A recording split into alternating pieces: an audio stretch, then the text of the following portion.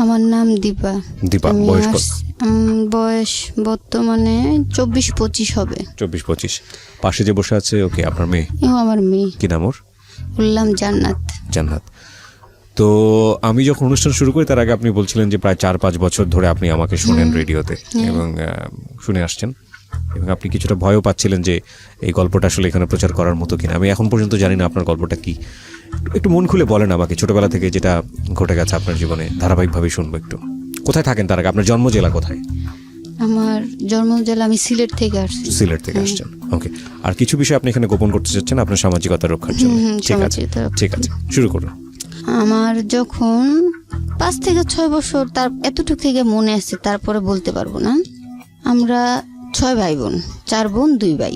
সবার বড় এক ভাই, আমার ছোট এক ভাই। বোনের মধ্যে আমি 3 নাম্বার, আর ভাইকে নিলে আমি 4 নাম্বার। তো আমার বড় আম্মা মারা গেছে, আমার বড় আপাকে 1 বছরের রাইখা মারা গেছে। তারপরে আমার আম্মাকে আমার বাবা বিয়ে করে। আমার মার আমি প্রথম সন্তান, আমার মার।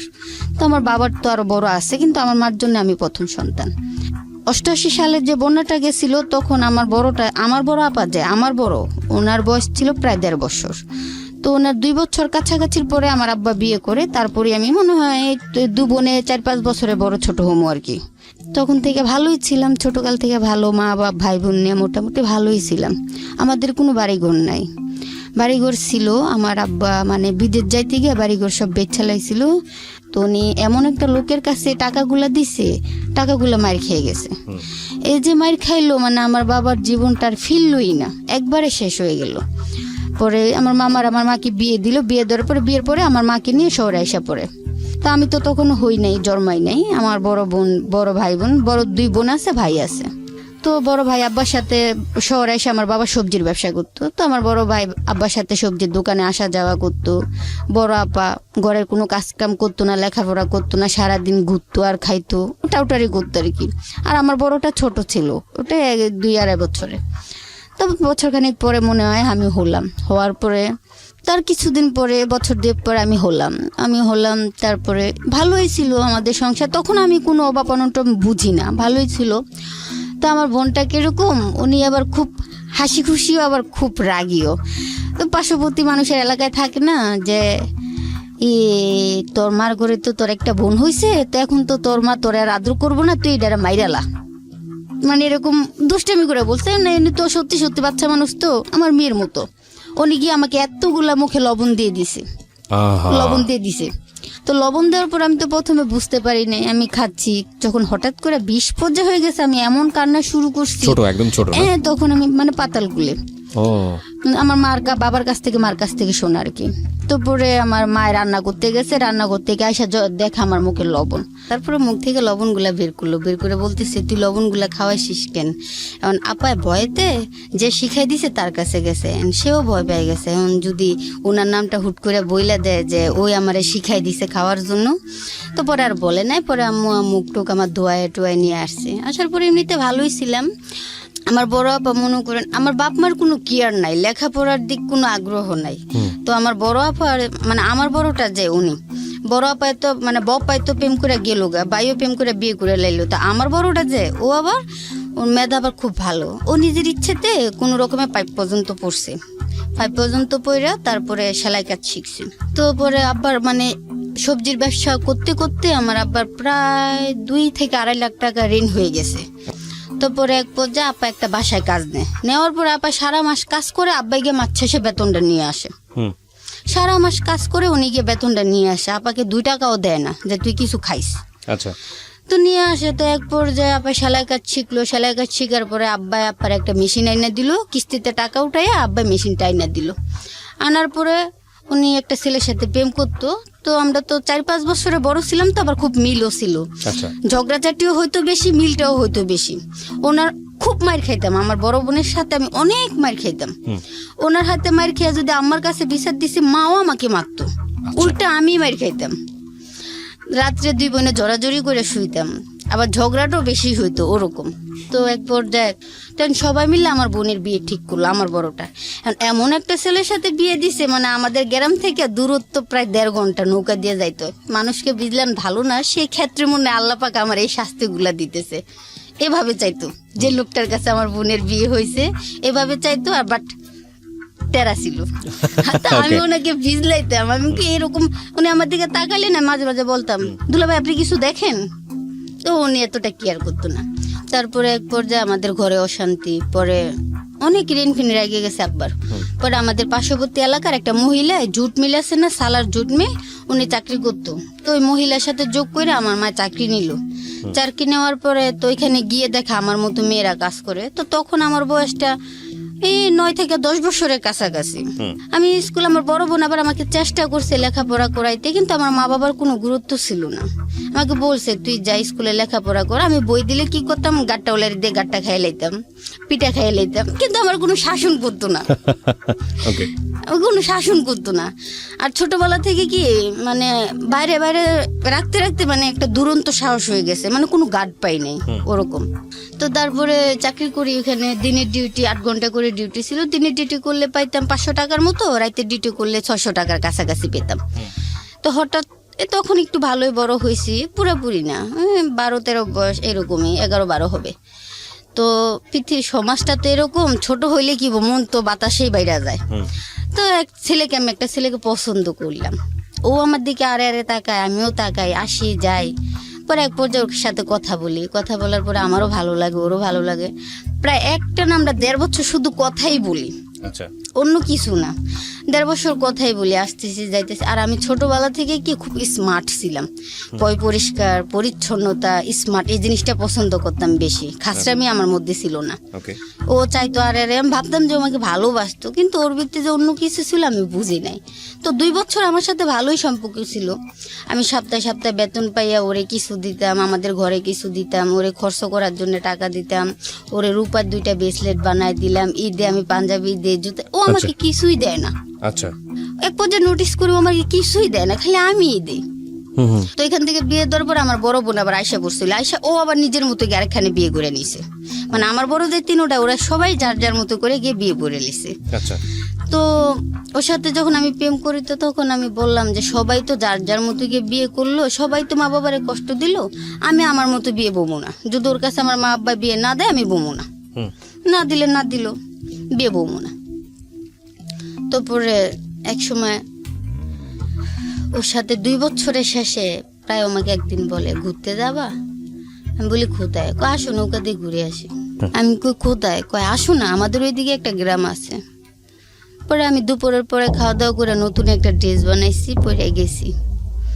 তো যাওয়ার পরে যেখানে যাওয়ার ছিল ওখানে গেছি, যাইয়া ঘুরে টুরে ঠান্ডা মান্ডা খাই আবার নৌকা দিয়ে আসতেছি। আসার পরে সন্ধ্যার কাছাকাছি নৌকাটা মাঝামাঝি মানে নদীর মাঝখানে এসে বন্ধ করে দিছে।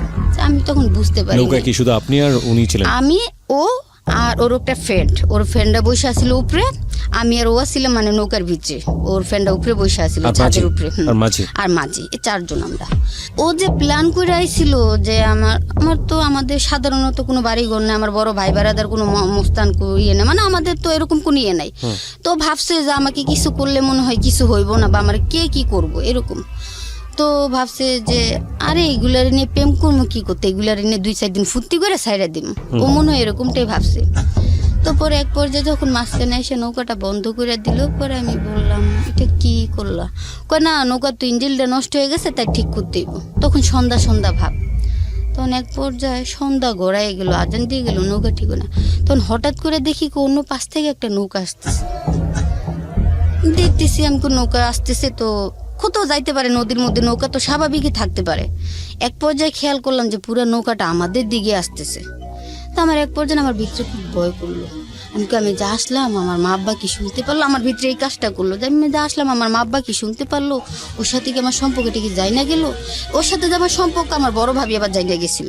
আচ্ছা, তো আমার বড় ভাবি জানার পরে আমার মাকে আব্বাকে বলছে যে দেখেন সবিনা রত্না মানে আমার বড় বোনগুলা, যে ওর 2 বোনগুলা যেভাবে বিয়ে হয়েছে ও কিন্তু ওইভাবে যাইবো গা, আপনাদের যদি মান ইজ্জত বাঁচাইতে চান তাহলে আপনারা ওরা আগে ভাগে বিয়ে দিয়ে দেন। তখন বেশ সত্যি কথা বলতে লজ্জার বিষয়, তখন আমার মানে 12 বছর কি পুরা 13 বছর, তখন আমার হয় নাই, আমার বয়সটা এত ছোট। আমি তখন মানে এমনিতে আমি হাতে পায়ে লম্বা হয়ে গেছি, কারণ আমি আমার দাদা এরকম লম্বা ছিল আগে, আমি দাদার বান পাইছি। তারপরে মনে করেন পরে আল্লাহ তো আমি ভাবছি আমার মা বাবা কোনোভাবে জানতে পারলো কিনা আমি যাচ্ছি, কারণ একই মেলে তো চাকরি করি, জানতে পারলো কিনা আমার মাও করে আমিও করি। পরে দেখি না 7-8 জন ছেলে। আমার ভিতরে সাংঘাতিকভাবে একটা ভয় গেছে যে ছেলে আসবো কোথা থেকে, কিন্তু ও যে আসার আগে ওদেরকে বলেইছে আমার কল্পনার বাইরে ছিল। ও কখনো 2 বছর ওর সাথে যে আমি কথা বলছি কখনো আমার এখানেও হাত দেয় নাই, গায়ে হাত দেয়নি কখনো গায়ে হাত দেয় নাই, তাহলে আমি কিভাবে তাকে অবিশ্বাস করবো? তারপরে এক পর্যায়ে ওরা নৌকাতে উঠলো, উঠার পরে ওরে টানতে এক সাইডে নিল, আমার এক সাইডে নিল, নেওয়ার পরে ওরা বলতেছে ও যে ওদেরকে বইলাইছে আসার জন্য, মানে এখানে একটা সাজানো একটা নাটক যেটা আমাকে বুঝাইতে হইব, আমি সেটা জানতাম না। ওরা আমার এক পর্যায়ে গিয়ে বলে ও তোমার কি হয়? আমি তো ও আমার হয় না কিছু, বাট ওর সাথে আমি প্রেম করি। প্রেম করো, তোমার বাড়ি কোথায়? আমি কিরকম খানে, তোমার বাবা কি করে? এই কাজ করে। তুমি কি করো? লেখাপড়া করছো? আমি করি না। কি করো? চাকরি করি। ওরা বলতেছে ওর সাথে প্রেম করো, ও তো উল্টো কথা বলছে। আমাকে কি বলছে? যে ও তো বলছে তোমাকে ভাড়া আনছে। আমি কই ভাই ভাড়া কাকে বললাম তো ভাই জানি না, সত্যি তখন আমি জানতাম না ভাড়া যে কি। পর আরেকটাই ভালোর মধ্যে খারাপ থাকে না, সবখানেই তো ভালোর মধ্যে খারাপ থাকে। আরেকটা পিছনে থেকে বলতেছে যে ভাড়া কি জানোস না, তোরা আজকে জানাই দি মনে ভাড়া যে কাকে বলে। বিরতিতে যাব প্রিয় শ্রোতা, এখানে ছোট্ট একটা বিরতি নেব। আজকে মানসিকভাবে বয়ঃপ্রাপ্ত আমি বলবো যারা, কেবলমাত্র তাদের জন্য আজকের এই সিক্রেটস অনুষ্ঠানটি।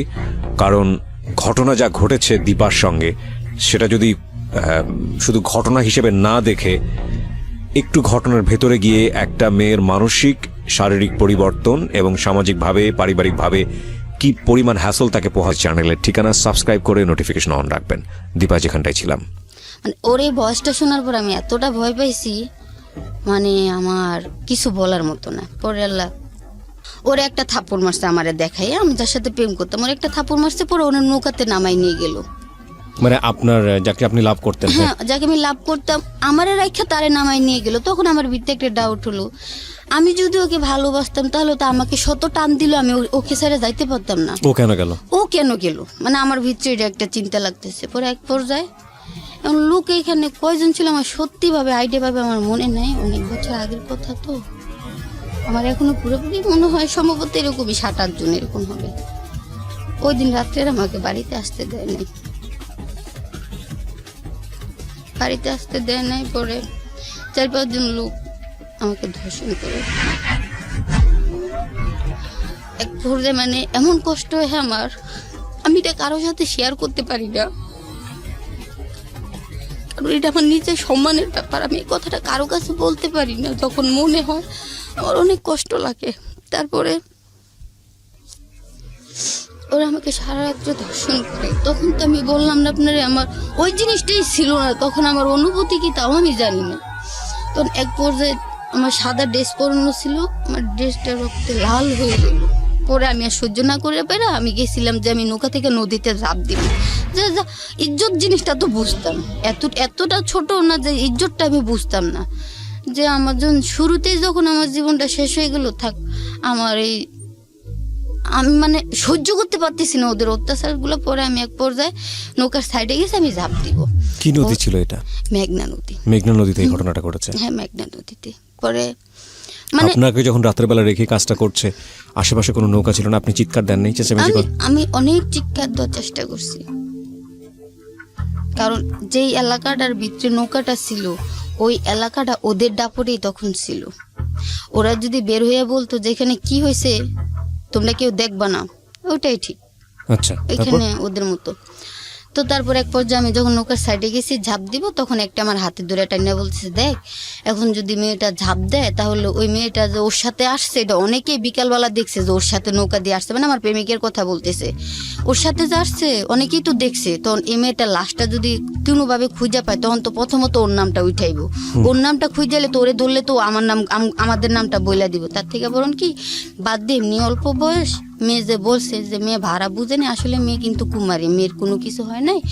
তো এখন যাই হয়েছে মেরে একটা আর কিছু করার দরকার নেই, এখন রাত্র হয়ে গেছে তো একটা সেফ জায়গায় নিয়ে রাখি। তো এক পর্যায়ে আমাকে একটা বাসায় নিয়ে রাখলো। নৌকা থেকে যখন নামাইলো ভাই, সবাই বলতেছে যে এই মুখের সাথে মানে আমার প্রেমিকের নাম নিয়ে যে এই মুখের সাথে মুখে একটা মেয়ে ধরা ধরছে, অনেক কিছু বলতেছে। তো আমি আর মানে যারা আপনাকে এই কাজটা করেছে তারা এই তারাই ধরনের আবার এটা প্রচলিত করে দিছে। তো পরে আর আমি কিছু বলি, ওই যে আমার প্রেমিককে নিয়ে আসছে আমাকে দেখায় একটা থাপ্পড় দিয়ে ওরাই এসবের এটা প্রচলিত করে দিছে আমি ওইখানে থাকতেই। তো আমাকে যখন নিয়ে গেছে, নিয়ে গিয়ে আবার এমন একটা বাসায় রাখছে, আমার বড় আপ্পাকে আবার সেই বাসার লোক চিনে, অথচ আমি জানি না বড় আপ্পাকে চিনে। তারপরে ওইখানে আমি রাত্রে আমার ড্রেসমেন্ট চেঞ্জ করাইলো, আমাকে রাখলো, রাখার পরে সকালে আমাকে ওরা আয়সা বলতেছে যে বাড়িতে যাওয়ার পরে তুমি 2000 টাকা ম্যানেজ করে দিবা। কেন দিবে? ও তাহলে ওরা কাউকে কিছু বলবে না, আচ্ছা, ওই ভয়টা আমাকে দেখাইলো আর কি, যে তুমি কি চাও তোমার মা বাবার মানিজ্জত যাও, যদি মানিজ্জত না যাইতে চাও তাহলে তুমি 2 দিনের ভিতরে আমাকে 2000 টাকা ভাগ করে দিবা আমাদেরকে। তারপর আমি বলতেছি ভাইয়া দেখেন আমি তো চাকরি করি, আমি সপ্তাহে 500-600 টাকা বেতন পাইতাম, আমি তো 2000 টাকা আমি চোখে কখনো দেখি নাই। তো সে বলে এত কিছু জানি না, যদি তোমার মা বাবার মানিজ্জত বাঁচাইতে চাও তাহলে 2 দিনের ভিতরে দিবা। তাই আমি বলছি আমি হয়তো এমনি বলছে, পরে হয়তো না, আমাকে তাই এখন আগে বাসায় গিয়ে নিই। তো আমি ওই রাত্রে আমাকে কিছু ওষুধ টষুধ আইনা দিল, আমি ওগুলো খাইয়া কিছুটা সুস্থ হলাম। পরে একটা রিক্সায় উঠলাম, করে আমি রিক্সা নিয়ে চইলা মানে এই দিক দিয়ে গিয়ে আঙ্গো বাসার ওই মেন রাস্তা দিয়ে আইসা পড়তেছি। আইসা পড়ার পরে আমার এক পর্যায়ে মনে হইলো আমি তো চারকির ক্ষেত্রে স্যার আর কখনো রাত্রে বাইরে থাকি নাই, তো আজকে যে বাইরে যে কারণে যেভাবে হোক থাকা যত হয়েছে আমাকে তো প্রশ্ন করবো। তা আমি এক পর্যায়ে আমার একটা বড় বোন মানে সম্পর্কে আর কি চেনা জানা, ওর বাড়িতে সব মাঝে মাঝে গিয়ে বসে টসে টিভি দেখতাম আর কি। তো রিক্সা থেকে নেমে আগে ওর বাসায় গেছি, গিয়ে বলতেছি সরু আপা আমি আমার চেহারা মুখ টুক ফুলে রয়েছে, মানে খুব অন্যরকম দেখা যাইতেছে আমার। তো আমি ওনারে বলতেছি, সারা রাত কান্না করছি যে আমার মুখ টুক ফুলে রয়েছে। পরে আমি কই সরু আপা তোমারে যদি আমার মা বা আব্বা এসে কেউ জিজ্ঞাসা করে তুমি বলবা যে রাত্রে হে আমার কাছে ছিল, মানে আমার উদ্দেশ্য আমি এটা জানাবো না, তুমি এটা বললো। কে কি হয়েছে? আমি তোমার আমি পরে কমু না, তুমি এটা বললো। আচ্ছা ঠিক আছে।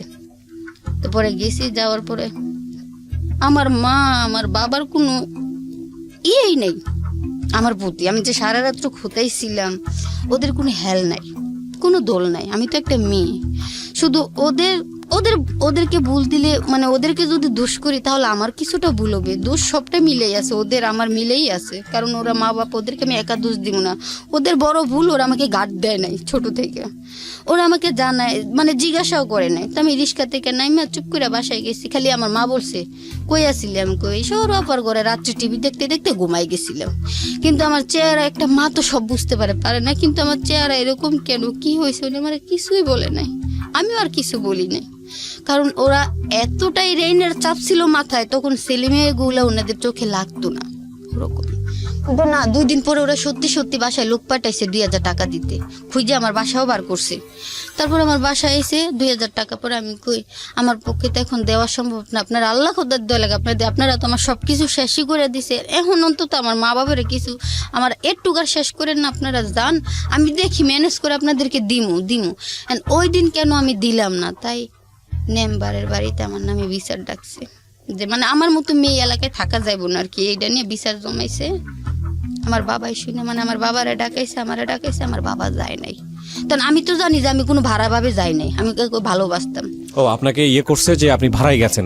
হ্যাঁ, ও প্রচলিত করছে যে ও আমাকে ভাড়া নিচ্ছে, এটা মানে এভাবে দই হয়েছে যে আমি ভাড়ায় যাইতাম। তো ভাড়ায় যাইতাম বিদে আমার প্রেমিকের সাথে আমি আমার প্রেমিক আমাকে ভাড়া করে নিয়ে গেছে, তো তাই ওরা আমাকে ওর সাথে ধরছে, মানে ওরা আমাকে ওর সাথে খারাপ কাজে ধরছে, ওটা ওরা প্রচলিত করছে।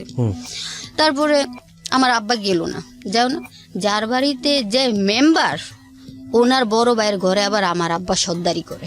আচ্ছা, আমার আব্বা যায় নাই। যখন আমার আব্বা এগুলা শুনছে, আমার দাও নিয়ে আইসে মারিয়া লাগবে ওইটা সেইটা, আমার মতো মেয়ের দরকার নাই।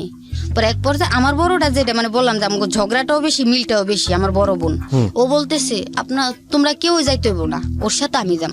পরে আমার বড় বোন আর আমি গেলাম, তো আমারে ডাকাইছে, আমি গেলাম। যাওয়ার পরে আমার প্রেমিক ওদের সামনে সবাই সামনে বলল 2 বছর ধরে সে আমাকে ভাড়াভাবে ব্যবহার করছে, এই ধরনের কথা বললো সবার সামনে। মানে এটাকে একটা ক্লাব ঘর বলে, বিচারের একটা ক্লাব ঘর বলে। ওই ঘরের ভিতরে মানুষ আসিল, বারিন্দায় মানুষ আসিল, ওই উড়ানে পর্যন্ত অনেক মানুষ ছিল।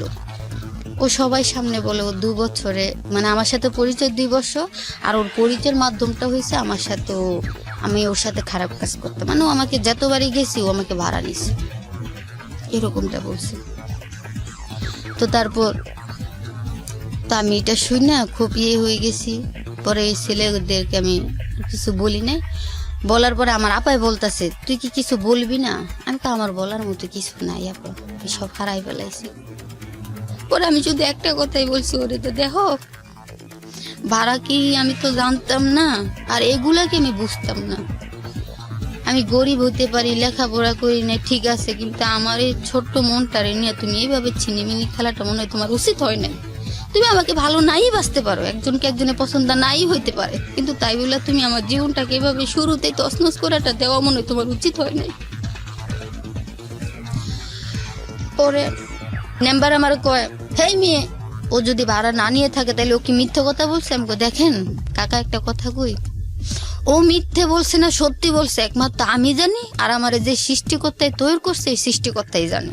আপনাদেরকে আর বললাম না। আরেকটা কথা, ও যে আমাকে বললো আমি ভাড়া নিত, আমি এই এলাকায় থাকি, আমি ভাড়া কারকে আমি আপনাকে বুঝাই দিব, আপনারা পারলে আমার একটা নম্বর ছিল, মানে রাগের ছোট ফোরা বিটা বইলে ফেলাইছি, বলাটা আমার উচিত হয়নি কিন্তু আমি বলছি। আমি এই এলাকায় থাকিয়া আমি বড় বড় নেতাদের সাথে আকাম কইরা আজকে যত আমি না কইরা আমার এই দোষের ভাগিটা হইলো, আমি এখন থেকে বড় বড় নেতাগুলোকে আমি আকাম করবো, আপনারা ফাললে আমার একটা নম্বা কই থেকে ছিলেন, আর ফাললে আমার বাপের একটা ফসল ক্ষতি করেন।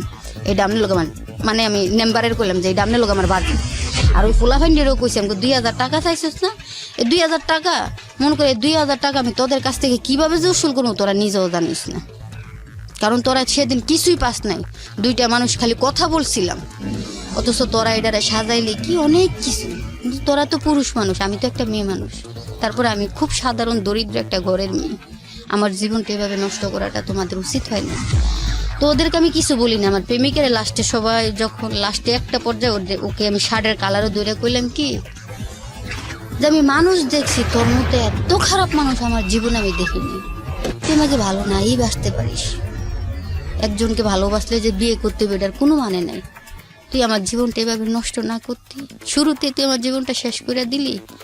তো যাক, আমি ইয়ার শোতে একদিন হলো আমি নিব, আমি যদি বাচ্চা থাকি তাহলে ইয়ার শোত আমি তোর কাছ থেকে নিব, হয়তো তোর জীবন দিয়ে নয়তো তোর আটফাও দিয়ে, আর তুই আমার খাঙ্কি বানাই দিলি না, এমন একটা সময় আমার কথায় তোর জান বাঁচাইতে হইব। হ্যাঁ আমি কই আয় আব্বা আমার ঘরে জায়গা দেয় না, আমি এক সপ্তাহ আমি না খাইয়াছিলাম, ভাত কি জিনিস আমি বলতে পারতাম না, মানে শুধু পানি খাইতাম আর ভাবতাম কি হইলো এটা, মানে একটা ফুল শুরুতেই জড়ে গেল, মানে এরকম চিন্তা ভাবনা। লেখাপড়া করি নাই তো কি হয়েছে, কত মেয়েরা লেখাপড়া করে নাই, স্বামী সংসার করতেছে না, লেখাপড়া করি নাই তো কি হয়েছে, সব ভাই বোনের তো দেখতে শুনতে আমি ভালো, লম্বা চূড়ায় ভালো, তাই বলে কেউ আমার জীবনটা আমার মানতে পারতেছি না। 3 মাস আমি বাড়ি থেকে বের হইতে পারি নাই, বেরুলে মানুষের মানে পুরো এলাকা এটা প্রচলিত হয়ে গেছে যে মুখের মেয়ে মুখের ছেলের সাথে দৌড়াত পড়ছে। আবার ওর বাপের বাড়ি কিন্তু আমাদের এলাকায় না, ওর বাবার বাড়ি কিন্তু কুমিল্লায়, আমার যে প্রেমিক ওর বাবার বাড়ি কুমিল্লায়, ও মানে ওইখানে ওর নানা বাড়িতে থাকতো, ওইখানে ওর নানার বাড়ি কুমিল্লা থেকে, ওর বাবা মারা যাওয়ার পরে ওইখানে আইসা পড়ছে ওর মার সাথে, একটাই ছেলে ওর, ওই শুধু আর কেউ না। ওর মারও আমি পায়ে ধরছি যে দেখেন মা, আপনার যদি একটা মেয়ে থাকতো আপনি কি করতেন, আমি আপনার ছেলেকে ভালোবাসতাম, কিন্তু আমার জীবনটা এভাবে নষ্ট করে দেওয়া তো ঠিক হয় নাই। ওর মা আমাকে কি বলছে জানেন, কিছু দরকার নাই, আমি বিয়ে করামো তোমার বাবাকে বলবো আমার 5 লাখ টাকা নগদ দিতে, 2 ভরি স্বর্ণ দিতে। চিন্তা করলাম আমার বাবা 5 লাখ টাকা, আমার বাবাই তো কোনোদিন মনে হয় 2 লাখ টাকা একবারে দেখে না, 5 লাখ টাকা দিব কোথা থেকে, আমি ঠিক আছে। তারপর আমি চিন্তা করলাম যে দেখেন আমাকে আপনার ছেলের বিয়ে করতে হইব না, কিন্তু একটা জিনিস জানিনা রাখেন, আপনিও যে আল্লাহ পাক সৃষ্টি করার নারী, আমিও সেই আল্লাহ পাকেরই সৃষ্টি করার নারী। আজকে যে কাজটা আপনি আমার সাথে আপনার ছেলে করলো, দেখেন তো এই খেসারতটা আপনার ছেলের কিভাবে দিতে হয়। মানুষের মুখের অভিশাপ বড় না, মনের অভিশাপটা বড়। আমার জীবনটা এভাবে হয়তো এর খেসারতটা আমার সারাটা জীবন দিতে হইব, আমি ওর মারে বলতেছি। ওর সাথেই তো আমার দুর্নামটা উঠছে, আর তো কিছু না, আপনি ওরে দিয়ে আমার বিয়েটা করাইলেন। আমি ওর মার পায়ে ধরছি, ওর মা রাজি হয় নাই, আমার বের করে দিয়েছে। আমি আইসা করছি, আমার বাড়ি থেকে বের করে দিয়েছে আমার বাবা, বেরিয়ে দিতাম তখন কিন্তু আমার বিয়ের সাথে, হ্যাঁ 3 মাস আমি বাড়ি থেকে বের হইতে পারলাম না, বললাম না 3 মাস বাড়ি থেকে বের হইতে পারি নাই। পরে 3 মাসের মধ্যে আমাদের এলাকার যে নেতা খেতা সবার কানে এটা প্রচলিত হয়ে গেছে আপনি ভাড়ায় যান? হ্যাঁ, বাড়াই যাই। আমাকে এমন ছেলেরা ধরছে, বাড়াই যাই, এটা প্রচলিত হয়ে গেছে। তারপরে এক পর্যায়ে এক নামে চিনতো, ওনার নামটা আমি নিতে চাই না, কারণ উনি এতটাই নির্দিষ্ট একটা লোক, উনি কখনো আমারে ভালোভাবে বাঁচতে দিতেন। আমি ওনার কাছে আমার জীবনটা ভিক্ষে চাইছি, উনি দেয় নাই।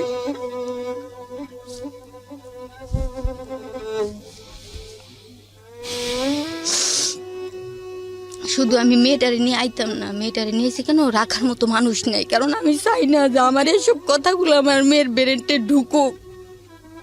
সব আমি ওর সামনে কান্দি না, যখন মনে হয় আমি খুব আড়ালে গিয়ে কান্না করি, ওকে দেখাই আমি কান্না করতে পারি না। পুরো এলাকায় মানে ওই গ্রামটাই পুরাটা জেনে গেছে। এলাকা তো পশ্চিমপাড়া, দত্তপাড়া, পূর্বপাড়া, পুরা গ্রামটাই জেনে গেছে। জেনে যাওয়ার পরে 3 মাস আমি বাড়িতে বেরোতে পারি না। মানুষে বেরোলো, যদিও বাড়ির ভিতর তো থাকা একটা অসম্ভব। আমি ছিলাম একটা উড়ন্ত পাখি। বাজারে যাইতাম বাবার সাথে, বোনের সাথে নদীতে যাইতাম, বাবার সাথে মাছ ধরতাম, বান্ধবীদের সাথে ঘুরতাম। বৃষ্টি এলে আমার ঘরের ভিতরে কেউ বাইন্দা রাখতে পারতো না। আমি ছাদে গিয়ে, রাস্তায় গিয়ে নাচতাম আর গোসল করতাম। আমি ছোটবেলা থেকেই নাচতে পারতাম। আমি 3 মাস বাড়ির ভিতরে থাকতে পারতেছি না। যখন একটু বাইরে, গেটের বাইরে যাইতাম, তখন মানুষে দেখে কইতো, মানে খুব খারাপ ভাষায় আমাকে গালিগালাজ করতো। আমি সহ্য করতে পারতাম না। মশার কয়েল খাইছি, বিষ তো পাই নাই, আমার বিষ কেউ দিব না। মশার কয়েল খাইছি, হারপিক খাইছি, ডেটল খাইছি, হিস্টারজিন ট্যাবলেট আছিল ওই যে ঠান্ডার জন্য খাইছি, হিস্টারজিন, ওইগুলাই না পর্যন্ত খাইছি, মরতে পারি নাই। লাস্টে এক পর্যায়ে গেছিলাম ফাঁসি লইতে, তাও আমার ছোট কালাই দেখে, মানে মানুষের কথা আমি সহ্য করতে পারতেছি না। আমার ছোট খালায় দেখে, মানে ছোট খালার বাড়িতেই গেছিলাম, তো ঘরে ভালো লাগতেছে না, ছোট খালার বাড়িতে গেছিলাম, মায় নিয়ে গেছিল। মা আমাকে একটু দেখতো, কিন্তু আমার বাবা আমাকে একবারেই সহ্য করতে পারতো না। আমি খাইলাম না, না খাইলাম, আমার কোনোদিন সে জিগাইছো না। এই ঘটনার পর থেকে, আগে তো জিগাইতো না, ওর এনফেনের চিন্তা ছিল। আর এই ঘটনার পর থেকে মানে আমি যে ওনার মেয়ে, মানে যুদ্ধ ডুবাই লাইছি, তাই উনি কেয়ারই করতো না যে আমি ওনার মেয়ে। আর কথায় কথায় উনি আমাকে অনেক কিছু এমনও বলতো, কর মানে তোর খারাপ করার ইচ্ছা থাকলে তুই আমার এনতে বাড়িয়া গিয়ে কর। আপনার বাবা বলতো? আমার বাবা বলতো, তোর যদি কিরি করার ইচ্ছা থাকে তুই আমার এনতে গিয়ে বেরিয়ে কর। তারপরে আমার খালাই দেখেলার পর আমার খালাই কয়, তোর কি মরার জায়গার কোনো পাইছিলি না? মানে মরতে গেল আমার জ্বালা, করতে কি মরণের জায়গার পাইছিলি না? শেষমেশ বাপ মারে মারে কয় না, আমার মারতে এসেছিস, তুই তো মরবি লগ আঙ্গুরও ফাঁসাবি। কেন না মরা কোনো দেশে, ফারাক দেশে গিয়ে মরিয়া দেখ গেম, যাতে মানুষে কয় যে এটা কোনো বেওয়ারিশ রাস। মানে আমার জীবনটা তখন থেকে বেওয়ারিশ হয়ে গেছে গা। ছোট একটা বিরতিতে যাব প্রিয় শ্রোতা। তার আগে আপনাদেরকে আরো একবার বলছি, আপনারা শুনছেন সিক্রেটস ঢাকা FM 90.4-এ, এবং দীপা রয়েছে আজকে তার জীবনের ভয়াবহতম সত্যগুলো নিয়ে, যেটাকে অপরাধ বলবো কি বলবো না আমি ঠিক জানি না। সামনের দিকে যখন যাব তখন হয়তো আপনারা ইভ্যালুয়েট করতে পারবেন। তবে এটা ঠিক, সিক্রেটস মানেই যে অপরাধ হতে হবে বিষয়টা কিন্তু এরকম না।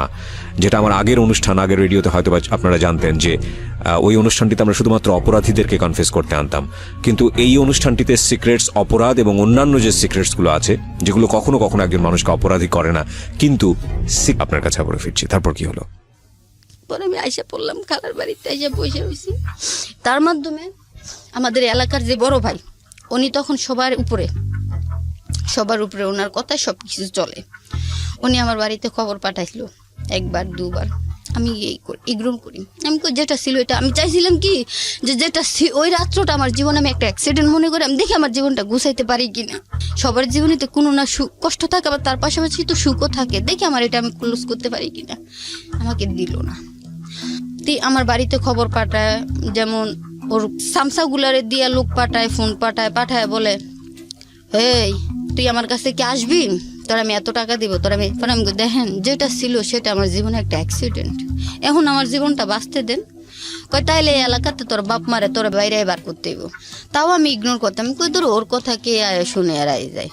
তখন আমাদের এলাকার ভিতরে কে নেতা কে কি আমি জানতাম না। 12-13 বছর বয়স? হ্যাঁ, তখন আমার 12-13 বছর বয়স।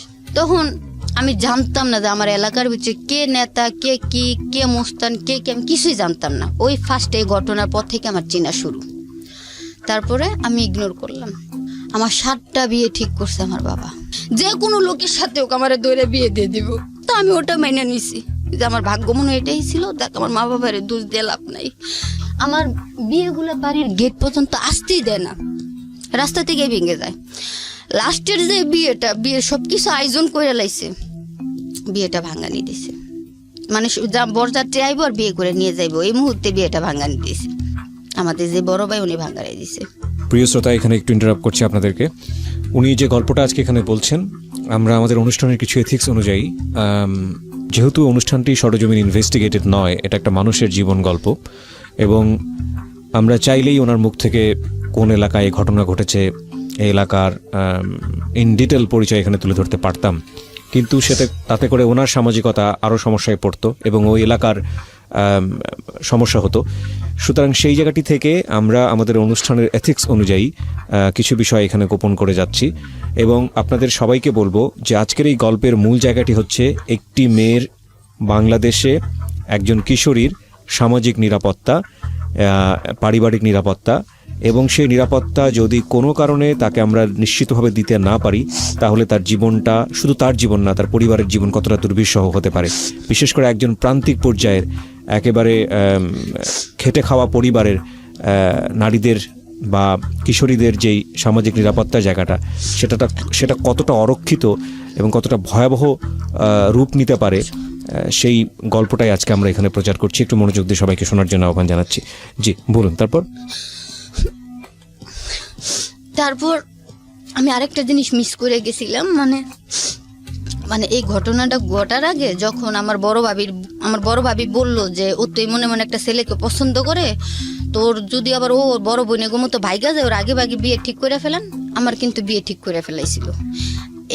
এই শুক্রবারে দেখছে, আগামী শুক্রবারে বিয়ে দিয়ে আমার নিয়েও গেছে। তার মধ্যেই ঘটনাটা, তার মধ্যেই মানে এই বিয়ের পরে এই ঘটনাটা। ওটা কি বিয়ে হওয়ার পরের ঘটনা? হ্যাঁ, বিয়ে হওয়ার পরে। আমি শ্বশুরবাড়িতে যাইনি। আচ্ছা, শুক্রবারে মানে এক শুক্রবারে এসে ছেলে আমারে দেখে গেছে, পরের শুক্রবারে শুধু জাস্ট আমি কবুলটাই কইছি, আমি শ্বশুরবাড়ি যাইনি, কারণ ছেলের আমার পছন্দ হয় নাই। আচ্ছা, মানে আপনাকে 11-12 বছরে বিয়ে দিয়ে দিয়েছে? দিয়েছে। এবং ওইটা আপনার ভাবির কথা শুনে? হ্যাঁ, আমার ভাবির কথা শুনে। আমার মা বাবার কোনো ইচ্ছে ছিল না। কবুল বলার পরে আপনি যে ছেলেটাকে লাভ করেছেন, প্রেমিক যেটা বলছেন আপনি, তার সাথে বের হয়েছিলেন আপনি, এবং তারপরের ঘটনা হচ্ছে এগুলা। এরপরে ওই ঘটনা ঘটার পরে ওই ছেলে নেয়নি আপনাকে? আমি এসে পড়ছি, আমি এসে পড়ছি। কারণ আপনি তাহলে শ্বশুর বাড়ি থেকে গিয়েছিলেন ওই ছেলের সাথে, প্রেমিকের সাথে নাকি? না, আমাদের বাড়ি থেকেই। মানে আমি শ্বশুর বাড়িতে যাই নাই, জানি নাই। কিন্তু বিয়ে তো হয়েছিল? হ্যাঁ, বিয়ে হয়েছিল। ছেলের সঙ্গে যোগাযোগ করেনি আপনার জামাইয়ের সঙ্গে যে এরকম একটা ঘটনা ঘটেছে? আসতো, কিন্তু আমি যাইতাম না। কেন? আমার কাছে ওরকে ভালো লাগতো না। আচ্ছা, এতটাই মানে ছেলে মানুষ, আল্লাহ বলছে মানুষ আমার দান দেওয়া তোমরা ঘৃণা করো না, কিন্তু সে এতটাই কালো, মানে বলার বাইরে। রাত্রের বেলা মনে হইতো কি জানেননি, কারেন্টটা লাইটটা অফ করলে তার চোখ দুইটা দাঁতগুলো ছাড়া আর কিছুই দেখা যেত না, এত কালো। আমি তো বললাম, এই ঘটনার পরে সে আসতো আপনার কাছে যে আপনাকে নেওয়ার জন্য? আমাকে নেওয়ার জন্য, কিন্তু আমি তার কাছে যাইতে চাইতাম না। আচ্ছা। তো বিয়ে করছে, মানে যেদিন বিয়ে হয়েছে ওই দিন আমাকে শ্বশুরবাড়ি নিয়ে গেছে। শ্বশুরবাড়ি নিয়ে যাওয়ার পরের দিন আমি এসে পড়ছি। তো যেদিন বিয়ে করে ওইটাকে তো আমাদের মুসলমানের ভাষায় কাল রাত্রি বলে, ওই দিন তো স্বামী স্ত্রী একসাথে দেয় না, ওই শ্বশুর শাশুড়ি ননদ। ওই দিন রাত্রে আমি যখন, আমাকে ছেলেও দেখায় না, আমি যে পছন্দ করবো না, আমার জানে ফ্যামিলি যে ছেলে, আমি ছোটবেলা থেকে কিরকম ভাবে বড় হয়েছি ওরা জানে না, আমি স্মার্ট, মানে আমি ছোটবেলা থেকে একটু পরিষ্কার, একটু হ্যান্ডসাম পছন্দ করতাম। ওরা জানতো যে আমি ওকে পছন্দ করতাম না, তাই আমাকে ওকে দেখায় না, দেখাই কবুল বলিয়ে দিয়েছে। হ্যাঁ, না বলে আমার বড় ভাবি কইছে যদি এনো বিয়া না বস, তাইলে আমি এমন কাম করবো যাতে তোরে আমার শ্বশুরে, মানে আব্বার কথা, যে তোরে যাতে বাইতে কালকে এমনি বার করে দেয়। তা আমি তো কাউকে চিনি না, কোথাও চিনি না, আমি যাবো কোথায়? ওই ভয়েতে আমিও ভাবছি যে বিয়ে হয়ে গেলে এটা কি, এমন না গেলে কি হইব, মানে ওরকম মানে খেয়াল খুশিতে। ছেলেকে না দেখে আপনি কবুল বললেন? হ্যাঁ, কবুল। মানে ছেলেকে দেখলেন কখন? দেখলাম তার পরের দিন ওদের বাড়িতে গিয়ে। দেখে আপনি চলে আসছেন? মানে এত শুকনা মানুষ হয় কিনা আমি জানি না। ঠিক আছে, আপনার চোখে পছন্দের ছিল না। তো এরপরে যে ঘটনাটা ঘটলো, ঘটার পরেও ছেলে আপনাকে নিতে আসতো? হ্যাঁ, ও নিতে আসতো, কিন্তু আপনি যেতেন না। ওর মা বাবা জানতো, ওর মা বাবাও শুনছে এসব ঘটনা, কিন্তু সে আমার জন্য অনেক কান্না করতো। হয়তো তার অভিশাপটাই আমার লাগছে। সে আমাকে অনেক ভালোবাসতো। সে বলতো কি যে দেখো, তুমি আমার অন্ধকার ঘরের চাঁদ, আমি যেমন দরিদ্র, তুমি এমন দরিদ্র ঘরের মেয়ে, আমি যাই না দিমু তুমি তাই খাবা, কিন্তু তুমি আমার অন্ধকার ঘরের চাঁদ। আমি তো মানে এখন তো মেয়ে হয়ে গেছে, চিন্তায় টেনশনে শরীরটা আমার এরকম, আরো সুন্দর আসছিলাম, আরো মোটা কাটা আসছিলাম। তো সে বলতো তুমি আমার অন্ধকার ঘরের চাঁদ।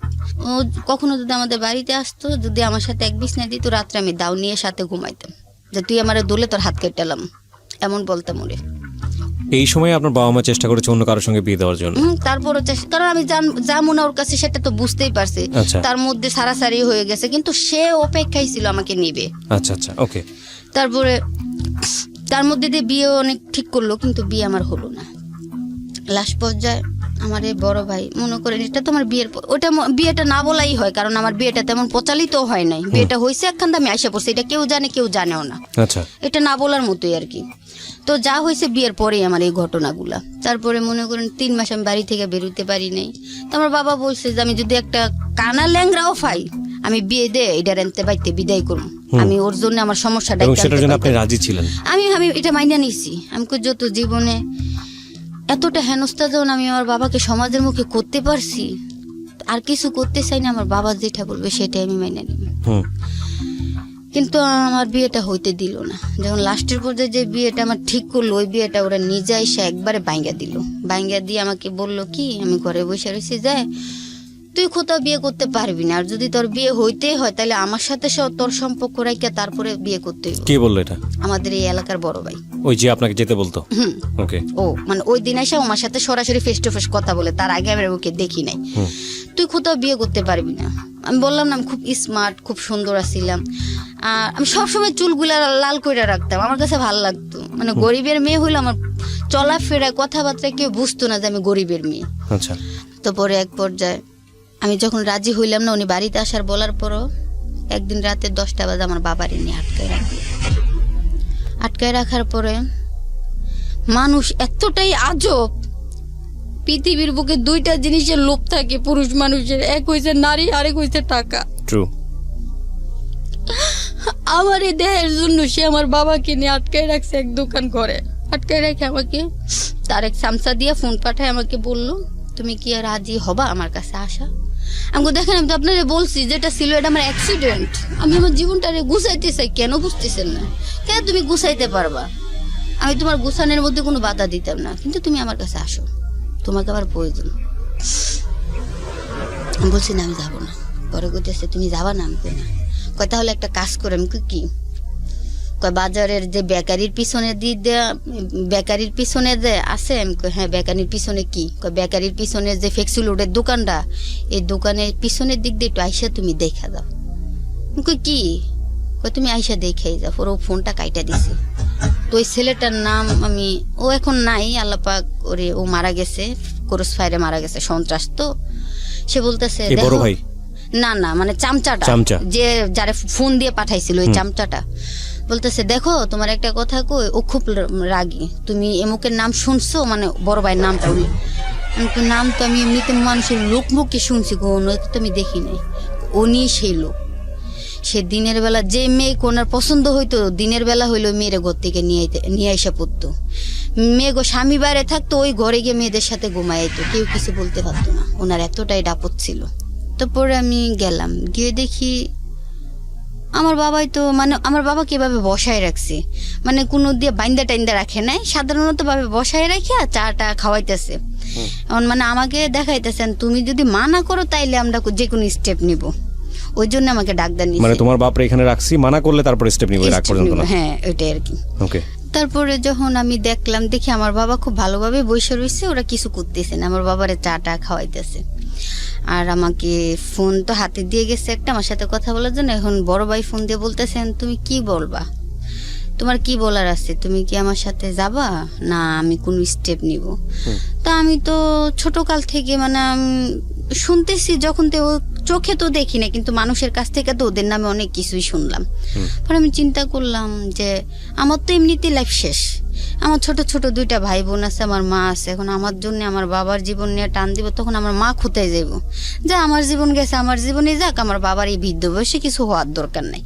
তারপরে এক পর্যায়ে আমি বলছি হ্যাঁ আমি আপনার সত্ত্বে আমি রাজি হতে পারি, আমার বাবা এবং আমার ফ্যামিলি কোনো দিন বা কোনো ক্ষেত্রে যাতে আমার ফ্যামিলির বা আমার বাবাকে কেউই যাতে কোনোভাবে হেনস্থা বা কোনো অপমান যাতে না করতে পারে, যদি আপনি ওই গ্যারান্টি দিতে পারেন তাহলে আমি আপনার সাথে মিলতে পারি, আপনি যতদিন বলবেন।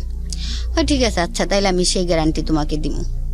পরে আমি গেলাম, যাওয়ার পরে আমি মানে যাওয়ার কথা বলছি, ও আমার বাবারে ছেড়ে দিছে সাথে সাথে। সাথে সাথে ছেড়ে দিছে। তখন এখন তো বাধ্যতামূলক আমার যাইতেই হবে, কারণ তারা খারাপ লোক এবং তার এক পাশে আমার চাবাডিও দেখাইছে। আমি নিজের চোখে চাবাডি, ওই দিন ফার্স্ট আমার বয়সে আমি চাবাডি দেখাইছি। তারপরে আল্লাহ আমি বলার পরে আমার ছেড়ে দিল। ছেড়ে দেওয়ার পরে আব্বা আজও জানে না যে ওই দিন ওরা কেন ওইখানে আব্বাকে নিয়ে গেল ওই অফিস রুমে, আর কেনই বা চা খাওয়াইলো আব্বা আজও জানে না। আব্বা জানে যে আমাকে নিয়ে গেছে, আবার একটু পরে আমি আইসা বাড়িতেও দিয়ে গেছে। আচ্ছা, আব্বা জানে না যে আমার জন্যে। তারপর আমি এটা বলার পরে আমি তো বললাম আমার ফ্যামিলি থেকে কোনো গার্ড নাই, তেমন কোনো গার্ড দিত না। তারপর আব্বা এটা বলার পরে আমি ওনার সাথে চলে গেলাম। যাওয়ার পরে ওনার আরো 2টা বন্ধু, আমরা সারা রাত্র নৌকা দিয়ে ঘুরছি। ওই আমার জীবনে ফার্স্ট মনে করেন ইচ্ছাকৃতভাবে কিছু করা। এটাও ইচ্ছাকৃত বলে না, এটাও অনিচ্ছাকৃত, আপনাকে এক ধরনের বাধ্যই করেছে বলবো আমি। এখন আমি এটা কি বলবো, এটাকে আমি ব্ল্যাকমেইল বলবো না আমি নিজে ইচ্ছাকৃতভাবে বলবো, এটা আমি বুঝতে পারি। ব্ল্যাকমেইল এবং খুব লম্বা সময় ধরে ব্ল্যাকমেইল। তারপরে মনে করেন 3 মাস ধরে আমাকে ব্ল্যাকমেইলটা করা। তারপরে এই নৌকাতে নিয়ে মানে ফোনের মাধ্যমে, রাইট, ফোনে আপনাকে যেভাবে ব্ল্যাকমেইল করে 3 মাস ধরে এটা আপনাকে ট্র্যাপে ফেলে তারপরে রাজি করিয়েছে। তারপর আমাকে রাজি করানো হয়েছে ওইটা। তারপর ওই ফার্স্ট আমি ওই দিন এই ফেন্সি ডিল কাকে বলে আমি চোখে দেখলাম। আচ্ছা, বেয়ার কাকে বলে আমি চোখে দেখলাম। ওই দিন আমাকে ফার্স্ট ফেন্সি ডিল খাওয়াইলো, বেয়ার খাওয়াইলো। খাওয়ানোর পর আমি কিছুটা বেঠাল হয়ে গেছি। তারপর আবার কিছুক্ষণ পরে হুশ এলো। তো এরকম করে ওই রাত্রে আমি ছিলাম ওইখানে, ওদের সাথে ছিলাম। তারপরে সকালবেলা আর সকাল কিরকম মানে আমি যাই করতাম খুব স্ট্রং থাকতাম। আমি কাউকে বুঝতে দিতাম না যে আমি এই কাজটা করে আইছি। এখনো আমি অন্ধকার হইলে কোথাও থেকে আসতাম না। যখন ভোরের আলো ফুটতো, সবাই যাতায়াত করতো, ওই 8টা 9টা, যেখানে আমার অনেকে 6টা বাজাইতো ওইখানে আমি 9টা বাজাইতাম কোথাও ওয়েট কইরা। কারণ আমি কাউকে বুঝতে দিতাম না যে আমি এত ভোরবেলা কোথা থেকে আইছি। আমি কোথাও না কোথাও বসেই থাকতাম। তারপরে এক পর্যায়ে আমি বাড়িতে গেছি। যাওয়ার পরে আমার মন মানসিকতা সব চেঞ্জ। পরে বাড়িতে গেছি, যার পরে আমার আম্মা কই আসিলি? আমি কই আর থাকবো, আমারে মেয়ে মনে করো দা আর তোমরা ছেলে মনে করো তা, আমার এখন যেখানে রাইট সেখানেই কাইট, আমার এখন এরকম। পরে আমার মা আর কিছু বলে নাই, আমারে কিছু বলে নাই, আব্বা কিছু বলে নাই। তারপর থেকে ওনার খুব একটা কাছের লোক হয়ে গেছে আমি, এতটাই কাছের লোক হয়েছি। এই বড় ভাই? হ্যাঁ, ওই বড় ভাইয়ের আমার কাছে চাবাডি, পিস্তল, এতটুকু এত ছুরি আমার কাছে এনে দিত এবং আমি চোখে দেখতাম। মানে উনি আমাদের এলাকার একবারে সবার বড়, উনি যা বলতো তাই। উনি এমনকি পুলিশ আইলে ওনার কাছে খবর আইতো, আমরা সেভ করতাম। আমার মারা অনেক সময়, আমার মারা তো আর আমার বিষয়টা জানতো না, ওনার সাথে আমার সম্পর্ক ছিল জানতো না। তো কোনো ক্ষেত্রে আমাদের বাড়ির ভিতরে ঢুকলে তো ওনাকে সাহায্য করতে হইতো। আর যদি ওনাকে ইচ্ছাকৃতভাবে ধরায় দেয় তাইলে মনে করেন তার পরের দিন অবস্থা খারাপ হয়ে যাবে। তারপরে পিস্তল, চাবাডি এগুলো আমার কাছে দিত। আমি কি করতাম, মাটির ঘর ছিল তো, মাটির নিচে এতটুকু জায়গা, এতটুকু উঁচা করে খোদল করে আমাকে দিত, আমি রাখতাম। আপনাদের বাড়িতে রাখতেন? হ্যাঁ, আমি রাখতাম সেবে।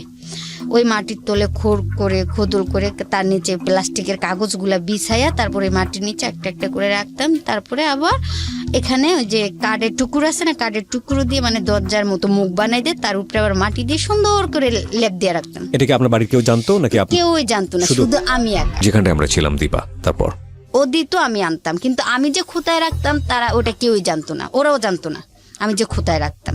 আমাকে দিত, আমি এনে রাখতাম, আবার আমাকে বলতো, আমি দিয়ে দিতাম। আমি এগুলো রাখতে চাইতাম না, মানে আমি ইচ্ছাকৃতভাবে চাইতাম না, বাট এটা আমার জোরের ক্ষেত্রে আমাকে রাখতে হইতো আর কি।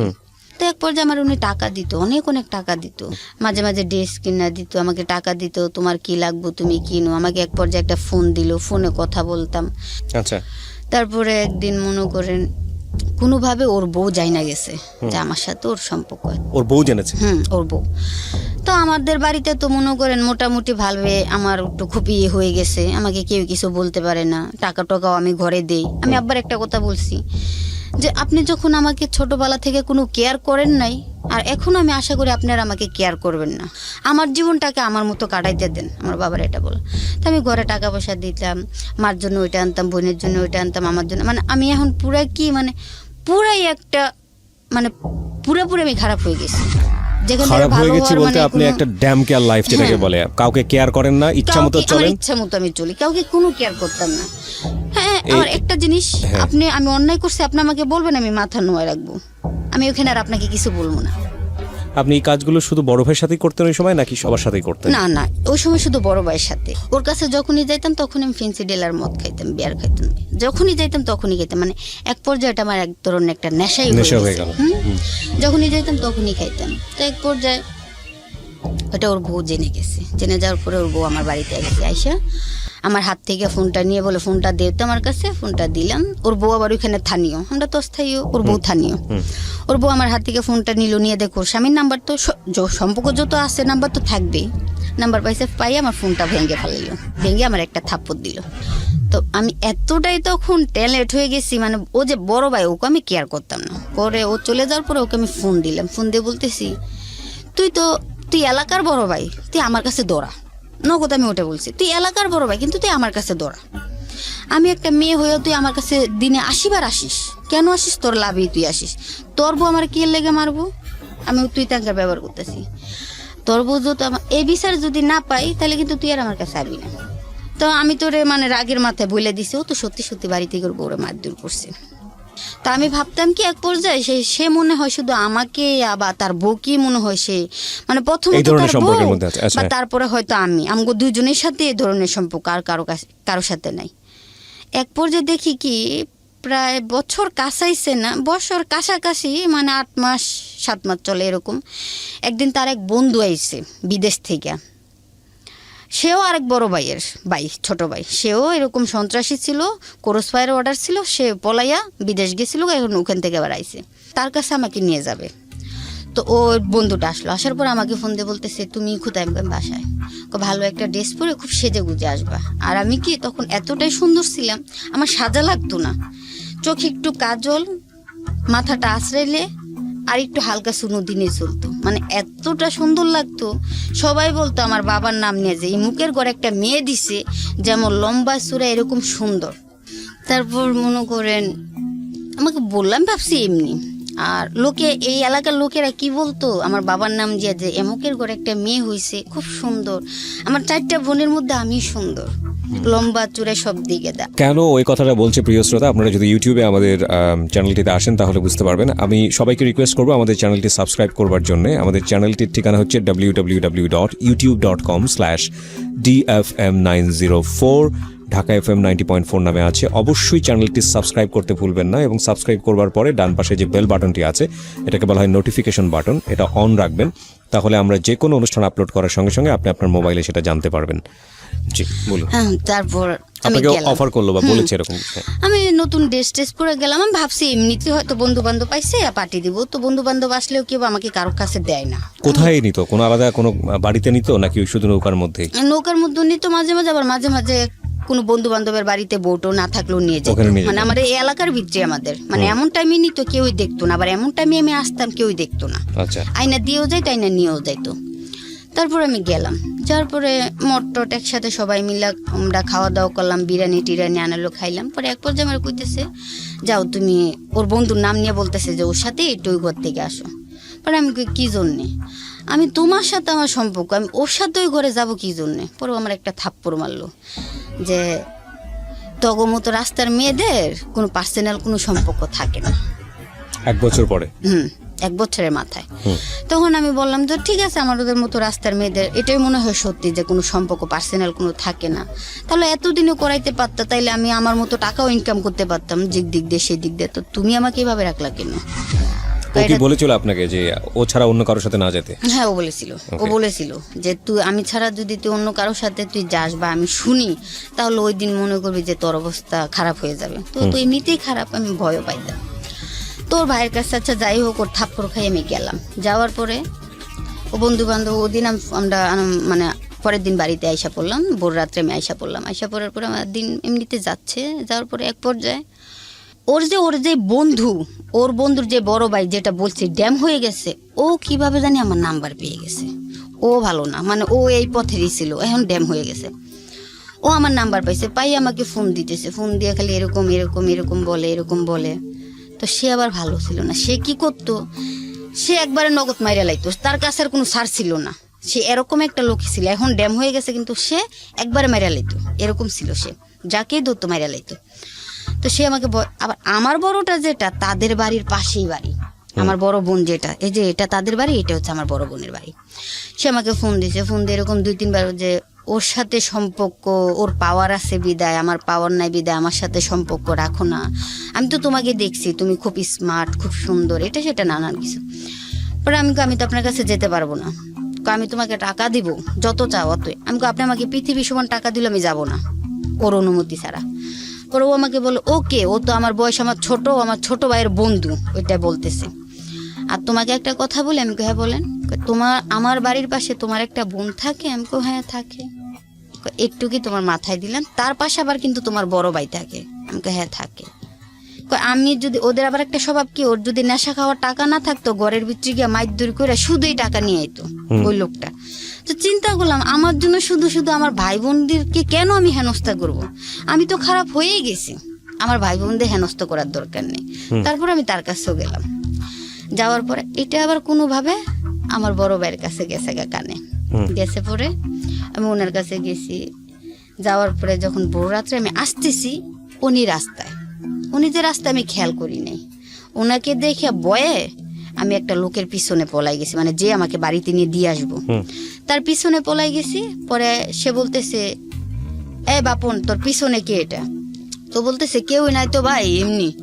না আমি দেখলাম তোর পিছনে কে জানি গেল।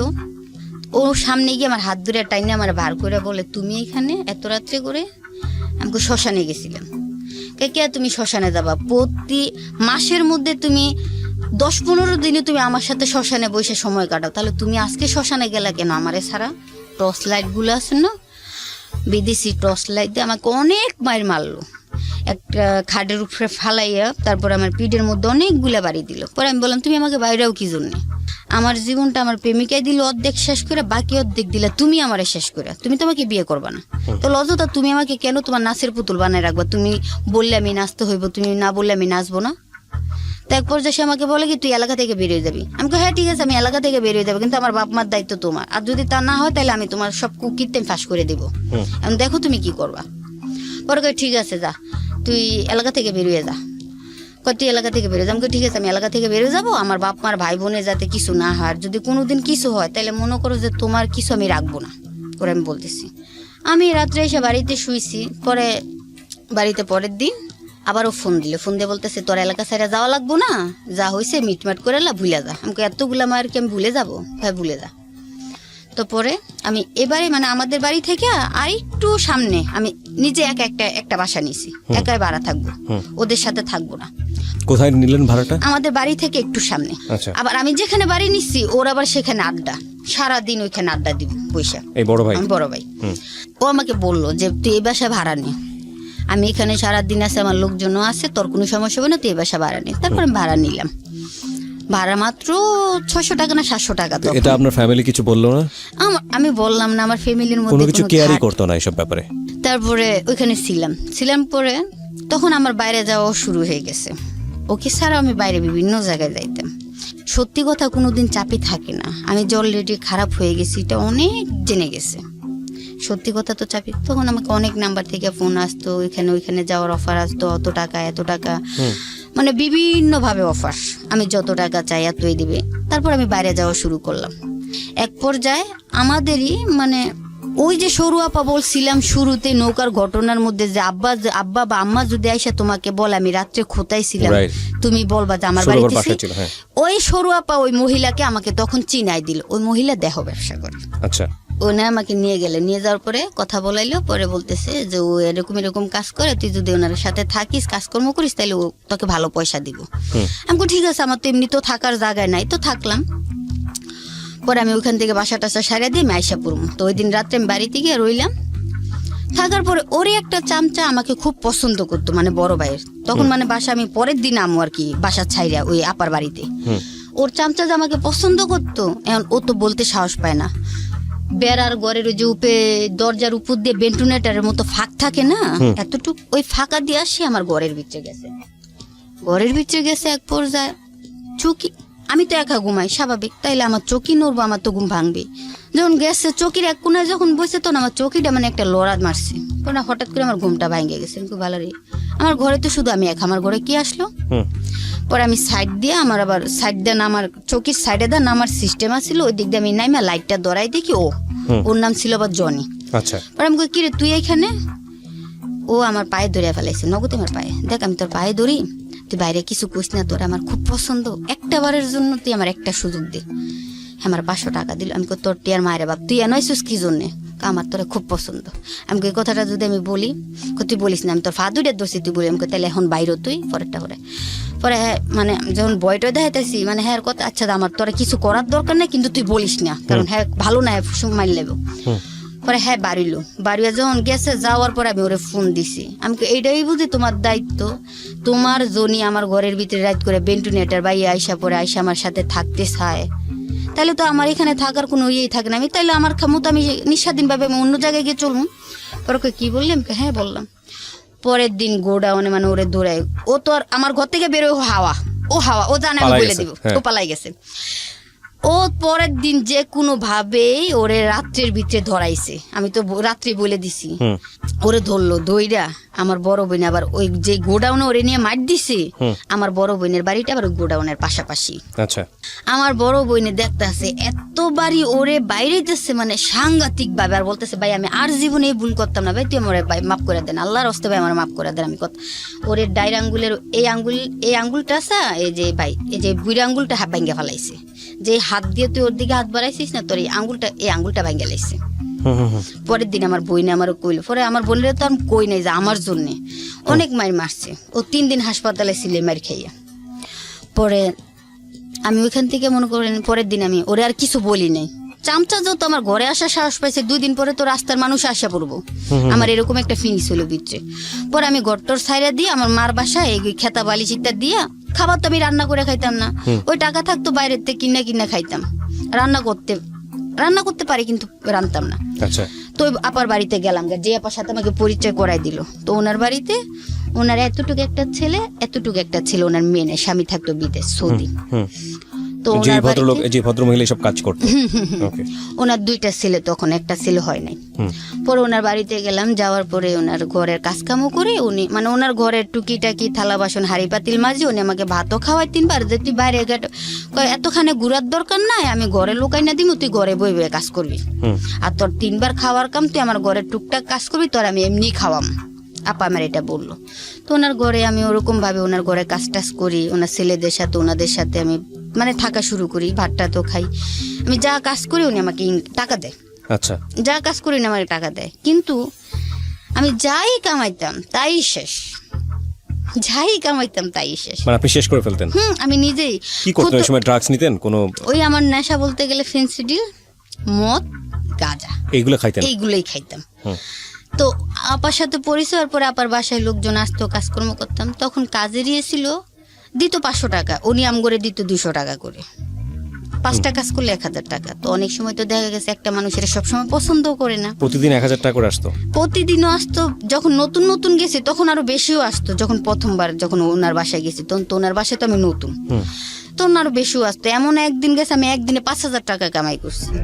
বিরতি নেব প্রিয় শ্রোতা। এই জায়গাটিতে আমরা যেখানটা এসে দাঁড়িয়েছি নোটিফিকেশন অন রাখবেন। দীপা যেখানটায় ছিলাম, তারপরে ওই টাকা নিয়ে মন করেন আমি মদ খাইতাম। কি করবো, আমি কারে দেবো? ছোট একটা বোন ছিল, ওর আবার খুব কেয়ার করতাম, ওর জন্য ওইটা কিনতাম, ওর জন্য ওইটা কিনতাম, মার জন্য এটা কিনতাম। মারে নিয়ে 1000 টাকা 500 টাকা দিয়ে দিতাম। বাবার কাছে যাইতে সাহস পাইতাম না, যে বাবা তো সবই জানে আমার সম্বন্ধে, উনি আমার জন্ম দিছে, অথচ ওনার কাছে গিয়ে আমি দাঁড়ামু, আব্বু বাবাই তো সব জানে, মানে দাঁড়ানোর মতো সাহসটা আমার নাই। বাবার সামনে আর যাইতাম না কখনো। এক পর্যায়ে ওই যেখানে আমার আপার যে বাড়িতে আমি ছিলাম ওইখানে আরেকটু ব্যাক সাইডে আমাদের যে মেয়র এলাকা ছিল, ওইখান থেকে 5 টাকা ভাড়া লাগে। ওই আপার বাড়িতে একটা লোক আসতো, ওনার সাথে আমার কোনোভাবে মানে সম্পর্ক হয়ে গেল এই ক্ষেত্রে। তো উনি ওনার কথাবার্তা আমার ভালো লাগতো, তো ওনার সাথে পরিচয় হয়েছে। হওয়ার পরে উনি আমাকে মাঝে মাঝে ফোন দিত। ওদের খুব একটা সুন্দর জায়গা আছে, খোলা আকাশের নিচে একটা মাঠের মতো, ওইখানে ওরা মানে আড্ডা দিত প্রতিদিন রাত্রে। তো ওরা ফোন দিত, ফোন দিলে ওদের সাথে ওইখানে গিয়ে আমি আড্ডা মারতাম। আমি তো নাচতে পারতাম খুব ছোটবেলা থেকেই। তো ওদের একটা বন্ধু ছিল, সে আবার গান করতো, তো সে যদি গিটার নিয়ে গান করতো আমি সুন্দর নাচতাম। তো নাচতে আমি মদ খাইতাম ওদের সাথে বসে, বিয়ার খাইতাম, তারপরে গাঁজা খাইতাম, এগুলা খাই আমি ওদের সাথে, মানে আমি যে কোন দুনিয়ায় হারিয়ে যেতাম আমি নিজেও জানতাম না। ওদের সাথে আমি নাচতাম। তো ওরা তো আর আমাকে মন চাইলে টাকা দিত না, মন চাইলে না দিত। ওরা তো, আমি মেয়ে আর ওরা পুরুষ, কেন তো নেবে সেটা তো জানেনি। ওরা ফোন দিত, আমি গেও পার্টি টাটি, মানে আনন্দ ছবি করতাম, এটুকুই। এইভাবেই দিন আমার কাটতেছে। তারপরে এক পর্যায়ে মনে করেন আমি আমাদের ওইখানের থেকে ঢাকায়ও আসা শুরু করি। ঢাকায়ও আসি বন্ধু বান্ধবের সাথে, নানান জায়গায় ঘুরি, কক্সবাজার গেলাম। মানে আপনার এলাকা থেকে ঢাকা পর্যন্ত লোকজন জেনে গেছে? মানে মানে আমি ঘুরতে আসতাম আর কি, বন্ধু বান্ধবের সাথে, বা ঢাকা পর্যন্ত আসতাম। তারপরে ওই আপার মাধ্যমে ঢাকায় আবার আরেকটা আপা ছিল, সেও এরকম কাজ করতো ঢাকায়। তো ওই আপা ওকে ফোন নাম্বার দিল, দিয়ে বলছে যে আমার কাছে এরকম এরকম একটা মেয়ে আছে, অল্প বয়স, খুব ছোট, খুব মানে ওর প্রশংসা সবাই করো, খুব ভালো ব্যবহার আচারও ভালো, সব দিকেই ভালো। কত বলো তাইলে আমার এনে পাঠাই দিও। তো এমনিতে তো আমার বন্ধু বান্ধবের সাথে আমি ঢাকায় আসতাম যাইতাম। তো ওই আপার বাড়িতে আমাকে বললো, ঠিকানা দিয়ে দিল, আমি আসলাম, আইসা পরে ফোন দিলাম। তো আপার বাড়িতে কিছুদিন ছিলাম, এখন এইভাবেই কাটতেছে, ওই আপার বাড়িতে ওই আপার বাড়িতে এমনি কাটতেছে, আইতেছি যাইতেছি। তো টাকা পয়সা তো যা কামাই তাই শেষ করি, যা কামাই তাই শেষ করি, মানে ওই যে এসব টাকা যেভাবে আসে ওইভাবেই যায়। তারপরে এক পর্যায়ে প্রায় অনেকটা সময় কাছে গেছে, পরে বাড়িতে গেলাম। বাড়িতে যাওয়ার পরে একদিন একটা লোক আমাকে দেখলো, দেখে সে আমাকে পছন্দ করলো। তো পছন্দ করার পরে সে আবার আমরা যে বাসায় ভাড়া থাকি সে বাড়িওয়ালার সাথে ওর আবার খুব সম্পর্ক, মানে বন্ধুত্বর মতো একটা সম্পর্ক, ও বাড়িওয়ালাই চিনতো। তো সে দেখছে, দেখার পরে কি জন্য জানি আমার কাকার কাছে আসছিল আমি জানি না। তো আমি নদী থেকে গোসল করে ভিজা কাপড় এসে বাইরে দাঁড়ায় রয়েছি। তো সে আমাকে দেখছে, দেখার পরে তার আবার খুব বয়স, কিরকম বয়স, তার মেয়েও বিয়ে দিয়ে দিছে। তো কারো হয়েছে কপাল দোষ, কারো হয়েছে চক্ষু দোষ, তারা ছিল চক্ষু দোষ। তো সে এক পর্যায়ে কাকারে কইতেছে, কই মেয়েটা কে? তো কাকাই কইলে এই মেয়েটা আমগো বাড়িতে, ওর মা আব্বা ভাড়া থাকে, কই মেয়েটাকে আমার কাছে বিয়ে দেবো? কয় তোমার কাছে তো দেবো, তোমার যে টাকা পয়সা আছে, সম্পদ আছে, ওগুলা বড় কথা না, ওর মা বাবারে যদি কিছু টাকা দো তাইলে ওর মা বাবা এমনি বিয়ে দিয়ে দিব, এমনি বিয়ে দিয়ে দিব, কিছু চাইবো না। তো পরে মনে করেন যে আমি তো আর লোকটাকে দেখি নাই। পরে বাড়িতে যখন আমি কাপড় চোপড় খোয়াই যখন ঘরের ভিতরে গেলাম, যাওয়ার পরে দেখি লোকটা আমার কাকার ঘরে এসে বসে রয়েছে, আমাদের ঘরে না, কাকার ঘরে বসে কথা বলতেছে। এক দৃষ্টিতে লোকটা আমার দেখতেছে, তাকাই আমি এতটা আর খেয়াল করি না। পরে আমার কাকা আব্বার ডাক দিল, ডাক দিয়ে কইতেছে, বাই হুইনা যাও। কই কি? তোমার মাইয়ারে বিয়া দিবা? দেখতে তো দেয়া যায় বয়স্ক, তো এত বয়স্ক লোকের সাথে কেমনে বিয়া দিব, আমার মেয়ের তো বয়স কম। তো কাকা কয়, বয়স কম দেখে কি হয়েছে, তোমার মেয়ের তো আর মানে তোমার মেয়ের তো কাহিনী হইতে তো আর কম হয় নাই, তুমি বয়স দা কি করো? আর এটা কোনো কথা না, ওর পছন্দ হয়েছে, আর ও কিছু টাকা পয়সা দিব না, তুমি ওর মেয়ের বিয়ে দিয়ে দাও। তো আমি চিন্তা করলাম, আমি তো আমার মতো ভালোই থাকতেছি, তো আমি অযথা কি জন্য বুড়িয়া বেড়াতে বিয়ে বইতে যাম, আমি এটা চিন্তা করতেছি। আমার আব্বাই বলতেছে, তুমি কি লোকেতে বিয়ে ববা? আমি কই, যার 4-5টা ছেলে মেয়ে আছে, মেয়ে বিয়ে দিয়ে দিছে, 2 দিন পরে মেয়ের ঘরে নাতি হইব, আমি ওই লোকের কাছে কি জন্য বিয়ে বম? আমার জীবনটা আমি যেভাবে আছি এমনি ভালো আছি, আমি বিয়ে বমো না। তো তখন তো আমার মা বাবা ছাড়া আমার কেউই নাই। এক পর্যায়ে বাবা আমাকে বলে কি, তুমি যদি এখানে বিয়ে না পাও তো তুমি আজ থেকে আমাদের কাছ থেকে তোমার সম্পর্ক তুমি বিচ্ছিন্ন করে লাইবা। আমার বাবা বলতেছে, তোমার আমি ত্যায্য করে দিব। পরে আমাকে, আপনি আমার কিভাবে ত্যায্য করবেন? আপনার না আছে সম্পদ, না আছে কিছু, না আছে কোনো টাকা পয়সা। মানুষ সম্পদ থাকলে ত্যায্য করে, তো আপনি আমাকে কি কারণে ত্যায্য করবেন? আপনার তো নিজেরই চাল চুলা নাই, আপনি আমাকে কেমনি ত্যায্য করবেন? মানে তুই আমাদের সাথে কোনো যোগাযোগ রাখতে পারবি না, আমাদের কাছে আসতে পারবি না, এটা সেটা। পরে আমি চিন্তা করলাম, আমি আচ্ছা আমাকে ভাবতে দাও। তো আমি চিন্তা করলাম যে আজকে এই লোকের কাছে যদি বাবা টাকা নিয়ে আমাকে বিয়ে দেয়, তাহলে এটা বিয়ে হবে না, অলরেডি আমাকে বিক্রি করা দেওয়া হইব। আমি এটা চিন্তা করতেছি, যত বিয়ে কথা, তাইলে বাবার মানে আমার কথা সে করে বালি, আমার কথা আমি ওনার আশায় বালি ফালাম। আমি নিজে পরে ইচ্ছে করে ওর লোকের সাথে চলে গেছি, যে লোকের কথা মানে বিয়ের কথা বলছে, আমি নিজে ইচ্ছে করে চলে গেছি। যাওয়ার পরে ওদের বাড়িতে গেছি, তখনও বিয়ে হয় নাই, ওদের বাড়িতে গেছি। যাওয়ার পর ওদের বাড়িতেই এলাকার কাজী দিয়ে আমার সাথে ওনার বিয়ে পড়াইলো, 50,000 টাকা কাবিন দিয়ে আমার সাথে ওনার বিয়ে পড়াইলো। মানে বিষয়টা হচ্ছে যাতে আপনার বাবাকে পয়সা দিতে না পারে, সেই কারণে আপনি কাজ করেছেন। আমি সেটা সহ্য করতে পারি না, তাই জন্য। এমনি তো শেষ, তুমিও বাবা আরো শেষ করে দিবা, মানে তুমি বাবা হয়েও আমাকে বিক্রি করবা, এটা যাতে না হয় সেজন্য আপনি নিজে গেছেন। আমি ইচ্ছে করে চলে গেলাম। টাকা দেওয়ার সম্ভাবনা কি ছিল? হ্যাঁ ছিল, আমি নিজে দেখছি সে 20,000 টাকা হাতে নিয়ে বসে আছে, সে আমাকে বিয়ে করবে, মানে ওই লোক আমাকে বিয়ে করবে। এবং আমার বাবা যদি মানা করে, ওই লোক আসছিল আবার মাদক ব্যবসায়ী। আচ্ছা, ওই লোক মানে বাড়িটা ছিল বর্ডার সাইড, মাদক ব্যবসায়িক আসছিল। তো ওই লোকের এমনটাই নিয়ত ছিল, যদি আমার বাবা টাকা দেওয়ার পরও মানা করে তাইলে আমাকে উঠে যাওয়ার চিন্তা ভাবনা করবে। ওকে, ওই লোক, তো আপনি গেলেন, যাওয়ার পরে বিয়েও করলেন? হ্যাঁ যাইলাম। যাওয়ার পর ওদের বাড়িতে যাইতে যাইতে আমার রাত্র 12টা বাজে গেল। যাওয়ার পরে ওদের বাড়িতে গেলাম। ওনার বর্তমানে বউ পাইছি কি আমি একটা। ওনারাদের আবার একটা অভ্যাস কি, ওই লোকে আমারে ছাড়াও আরো 6-7টা বিয়ে করছে, আমারে ছাড়া। তা আমি গিয়ে ঘরে বউ পাইছি একটা, শুধু বড় বউটারে। পাওয়ার পরে ওই বড় বউর ঘরে, ওই বউর আগে আরেকটা মহিলারে বিয়ে করছে। ওনার ঘরে একটা ছেলে আছে, ওই ছেলে রাখা ওনার কাজকর্মে অনেক মারধর করতো, অনেক শারীরিকভাবে অত্যাচার করতো। ওই মেয়ে আবার ছেলে রাখাই চলে গেছে, বড় ছেলেটাকে রাখা। তো উনি আবার বিয়ে করলো, যেটা বিয়ে করছে সেটা হচ্ছে বৈরবে বিয়ে করলো। বিয়ে করার পর ওই মহিলার ঘরে উডাউডি 6টা মেয়েই হয়েছে, কোনো ছেলে নাই।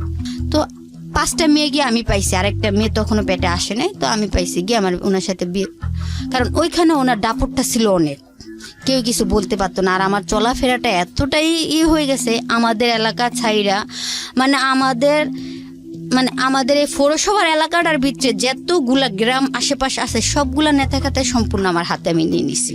মানে আমার এলাকার সবগুলা নেতা, সব যাই আছে টুকটাক সব আমি হাতে নিয়ে নিছি, সবগুলো আমার হাতে। এখন আমি চাইতেছি সবাই তো সবার মতো জীবনটা সুন্দর করে সাজায়, দেখি আমি চেষ্টা করে পারি কিনা। ওর সাথে যদি আমার বিয়েটা হয়, হোক না বয়সের পার্থক্য হোক না, যদি আমি সব দিকে তো শান্তি পাই, বয়স দিয়ে কী করবো, আমি এই চিন্তা করে ওনার সাথে গেছি। যার পরে বিয়ে হয়েছে, হওয়ার পরে তারপরে মনে করেন যে 6টা মেয়ে গিয়ে আমি পাইলাম। 6টা মেয়ে? 5টা মেয়ে পাইলাম। 5টা মেয়ে? হ্যাঁ, ওনার শুধু 5টা মেয়ে, আর আগের বরগরের একটা ছেলে। আমাকে নিল, নেওয়ার পরে বিয়ে শাদী তো হইলো, হওয়ার পরে ঘরে নিল।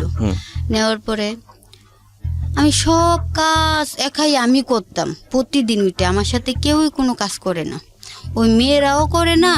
আর হ্যাঁ, বড় আপা করতো, মানে আমি সব কিছু বাউ করে দিলে উনি রান্না বান্না করতো, তাও আমার কোনো সমস্যা ছিল না। আমার কথা, তাও তো আমি একটা বাড়িতে আশ্রয় নিয়ে আসি, প্রতিদিন প্রতিটা আবেগ নিয়ে খেলাচ্ছে, একটা আবেগ নিয়ে থাকবো এটা ভালো, মানে আমি ওই জিনিসটা চিন্তা করলাম আর কি। তারপরে ওনার বাড়িতে থাকতেছি, থাকার পরে 1 বছর গেল। 1 বছর কাছাকাছির মাথা তো ওনার বউ আবার প্রেগনেন্ট। তখন হইলো আবার একটা মেয়ে, ওইটা দেখতে সেম আমার ওর মতো হয়েছে, ওইটা বড় আর ওর ছোট। ওর আগে গিয়ে আবার আমি আরেকটাও পাইছি, ওর মতো একটা ছেলে রেখে ওই মাও চলে গেছে। মানে 5টা মেয়ে 2টা ছেলে পাইছি আমি গিয়া।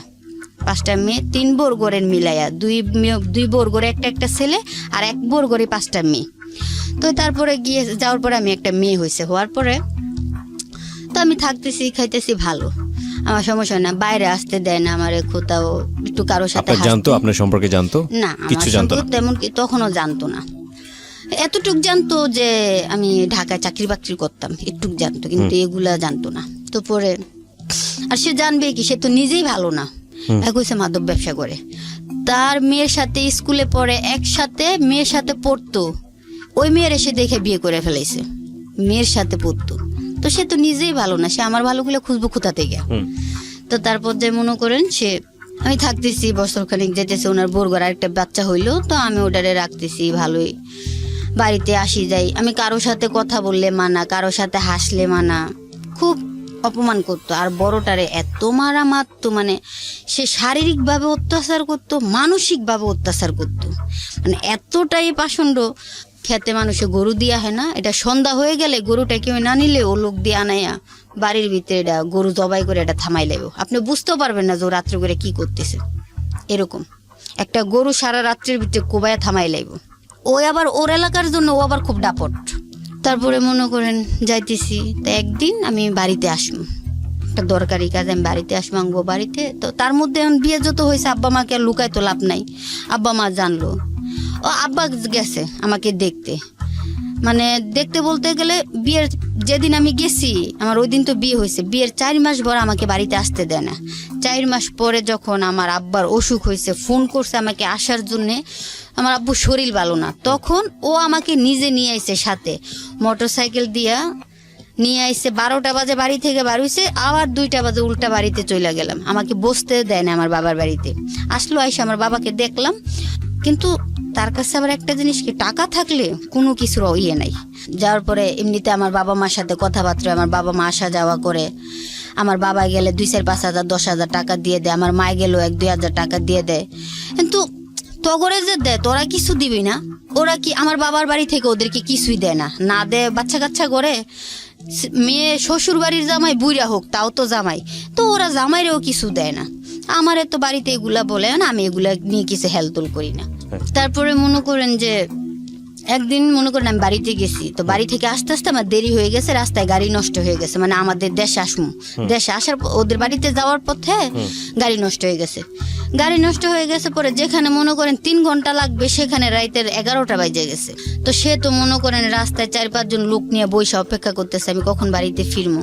তো আমার ভিতরে দেরি হয়েছে, বিদায় আমি বাসায় গেছি। পরে তার তো আবার ওই এলাকায় বললাম না খুব ডাপট, কেউ কিছু তার বড় ভাইরাই কিছু বলতে পারে না। তো আমি রাত্রে যাওয়ার পরে সবাই খাওয়ায় টাওয়ায় ঘরের ভিতরে দিয়া কেসি গেট বাইরে দা তালা লাগাইয়া, ওর বড় বোনের ঘরের ভিতরে আমার মানে আমার নুনাসে ঘরের ভিতরে ঘুমাই লইছে, বাইরে দা তালা লাগাইয়া উডানের মধ্যে ফাঁকা উডানে সে আমারে হকিস্টি দিয়ে বাইরে আইছে।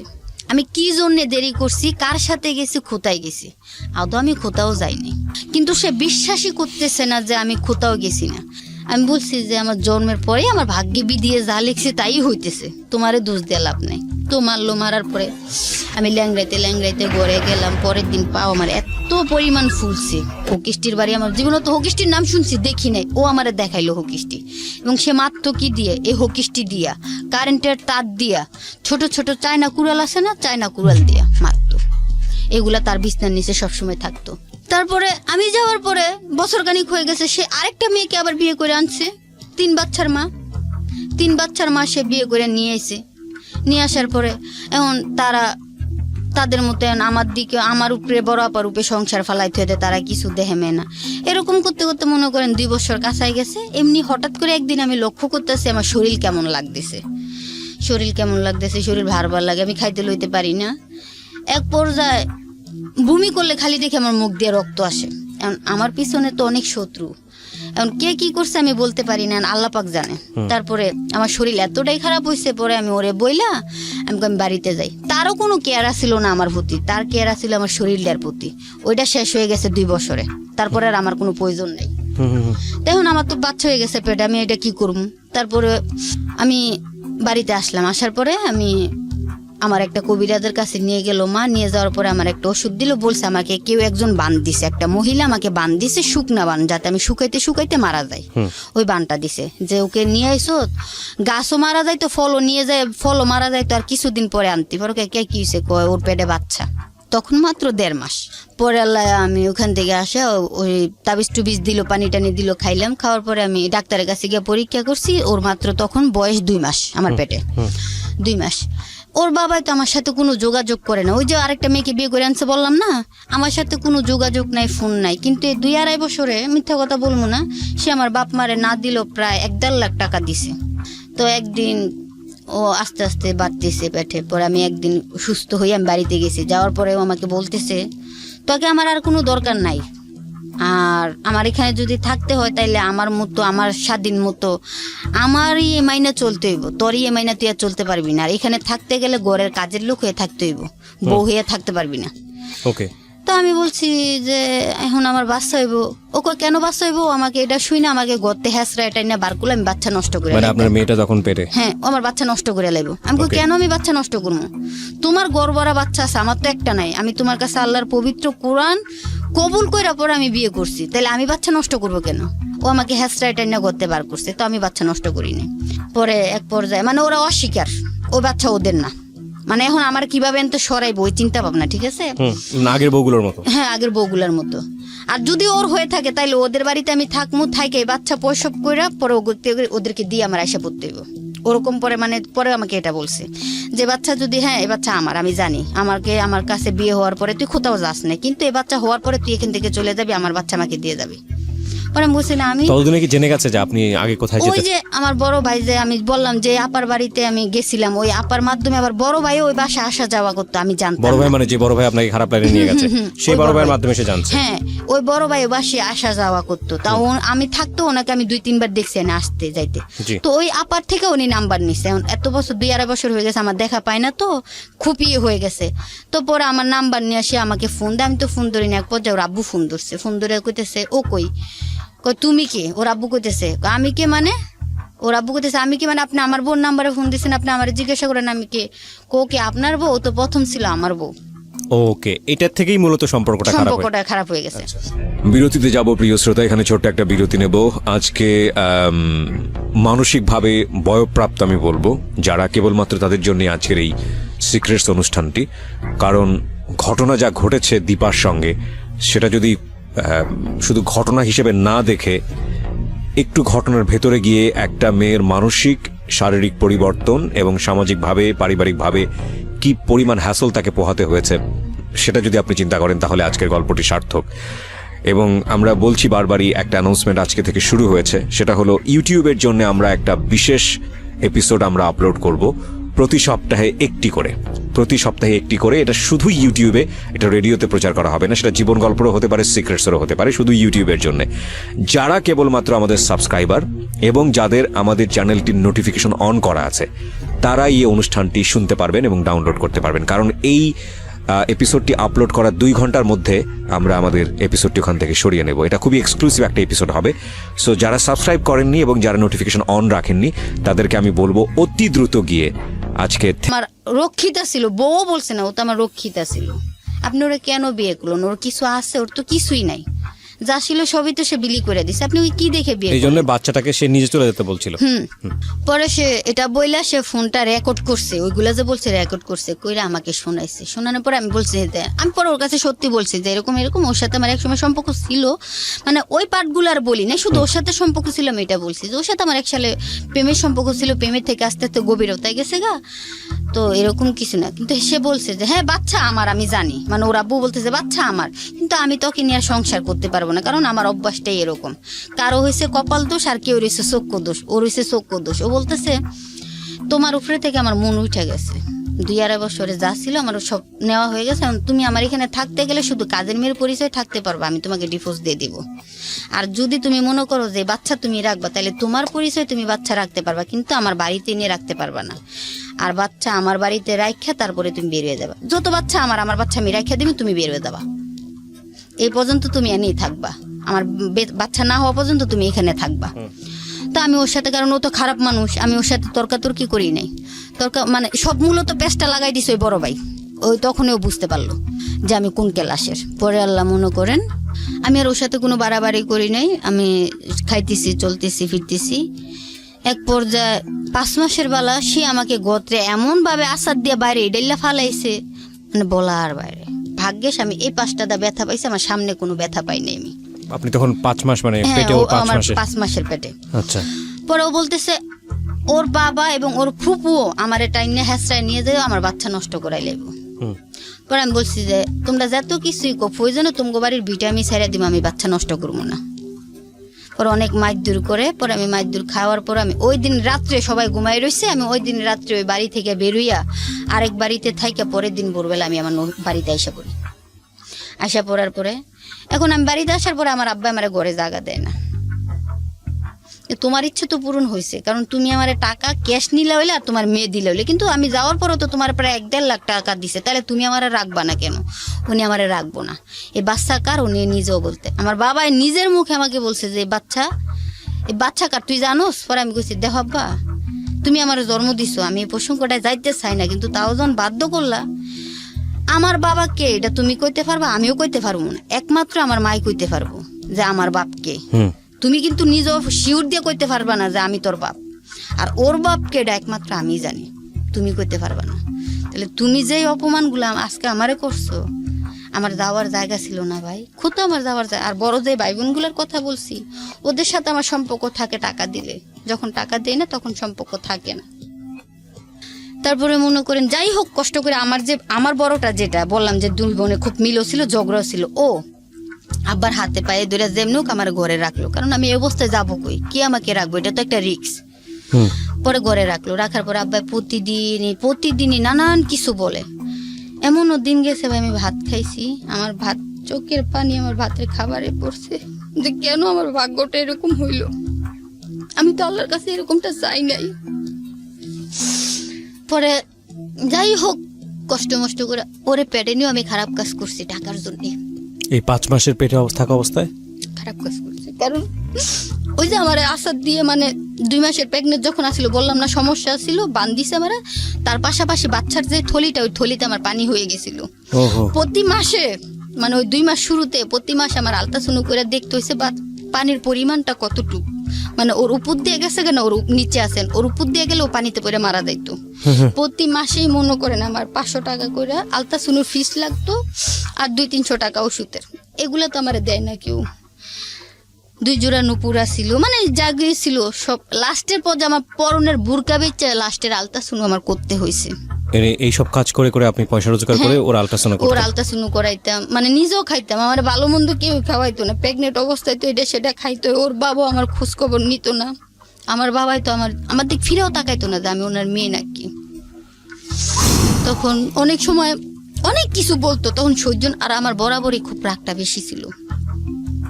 যন্ত্রণার চলে দেখেন আমার হাতে। হাত কেটেছেন আপনি ব্লেড দিয়ে? ব্লেড দিয়ে, এখানে শিলি আছে প্রায় 8টা। আর প্রথম আমি যার সাথে প্রেম করছিলাম তাকে আমি আজও ভুলতে পারি না, কিন্তু তার একটা বিচার আমি করছি।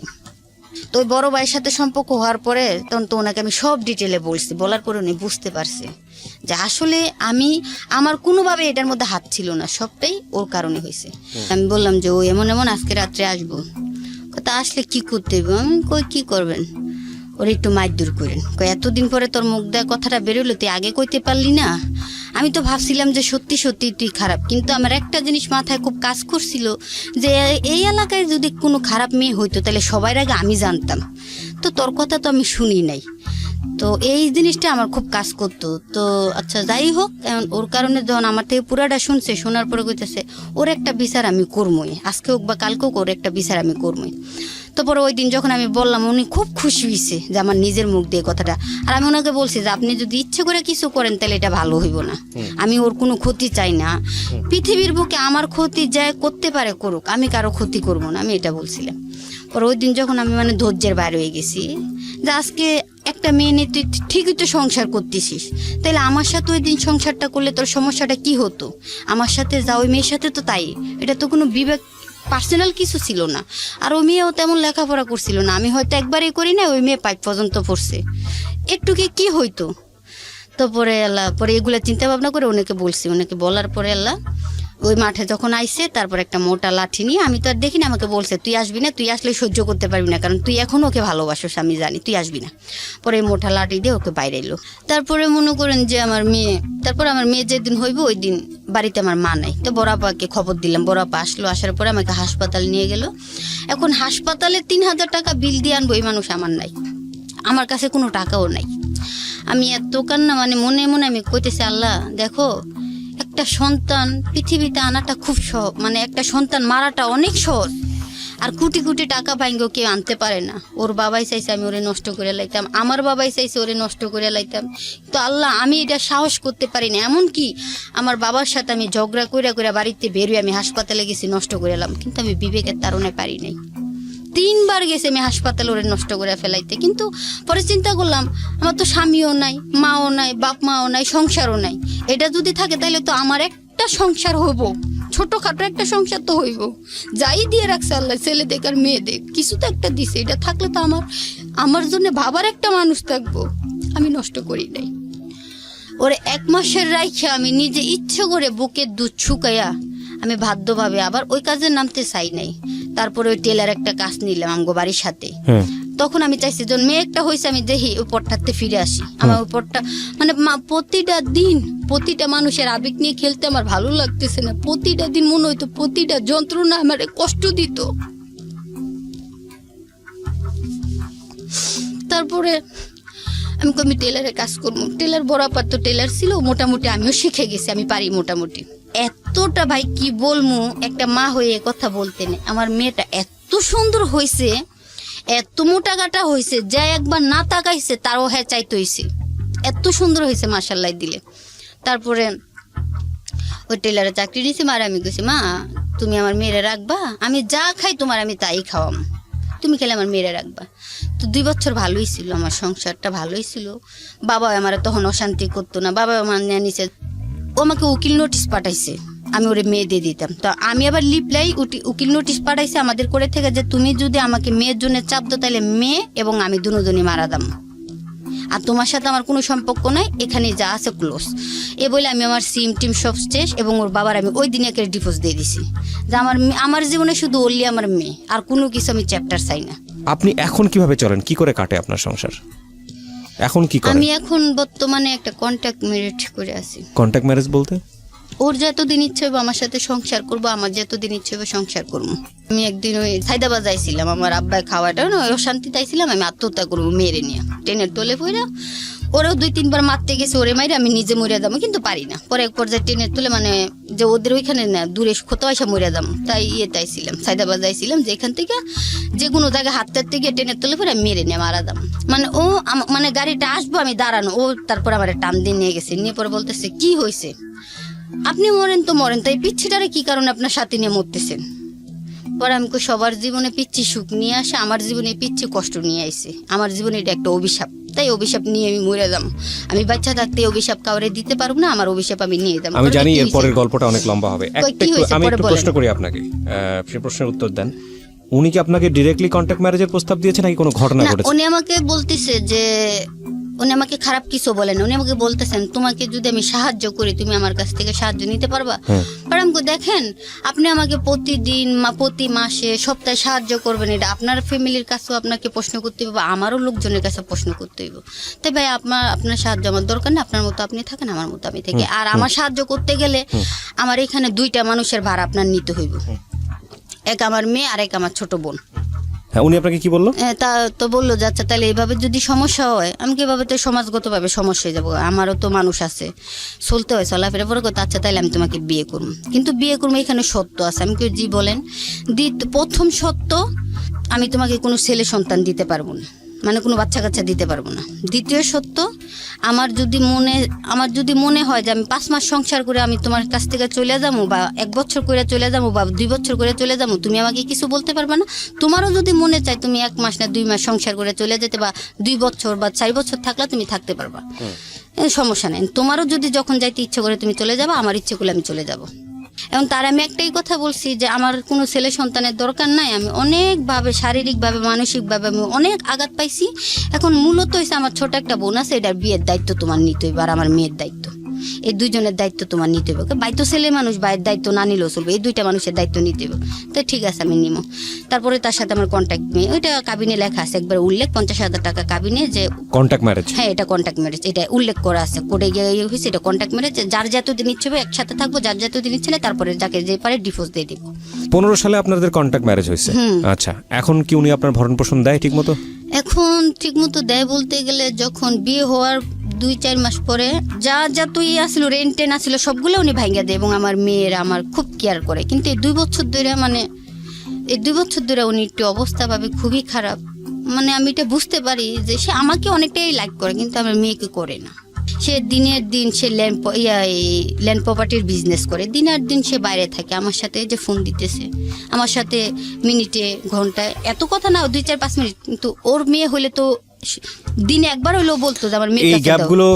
এই গ্যাপগুলো হয়তো স্বাভাবিক অথবা অস্বাভাবিক, কিন্তু আপনি তারপরেও যে একটু হলেও ভালো আছেন এটা তোমরা বলতে পারি। হ্যাঁ, একটু হলেও ভালো আছে, এবং আমার বোনকেও সে বিয়ে দিয়ে দিছে, কথা রেখেছে সে। হ্যাঁ, সে কথা রেখে, মানে আপনাকে তো সেভাবে এখন পর্যন্ত ছেলেটা সাপোর্ট করতে পারে না। আপনার বাকি কি কাজ করেন আপনি, যেটা করে আপনার সংসার চলে?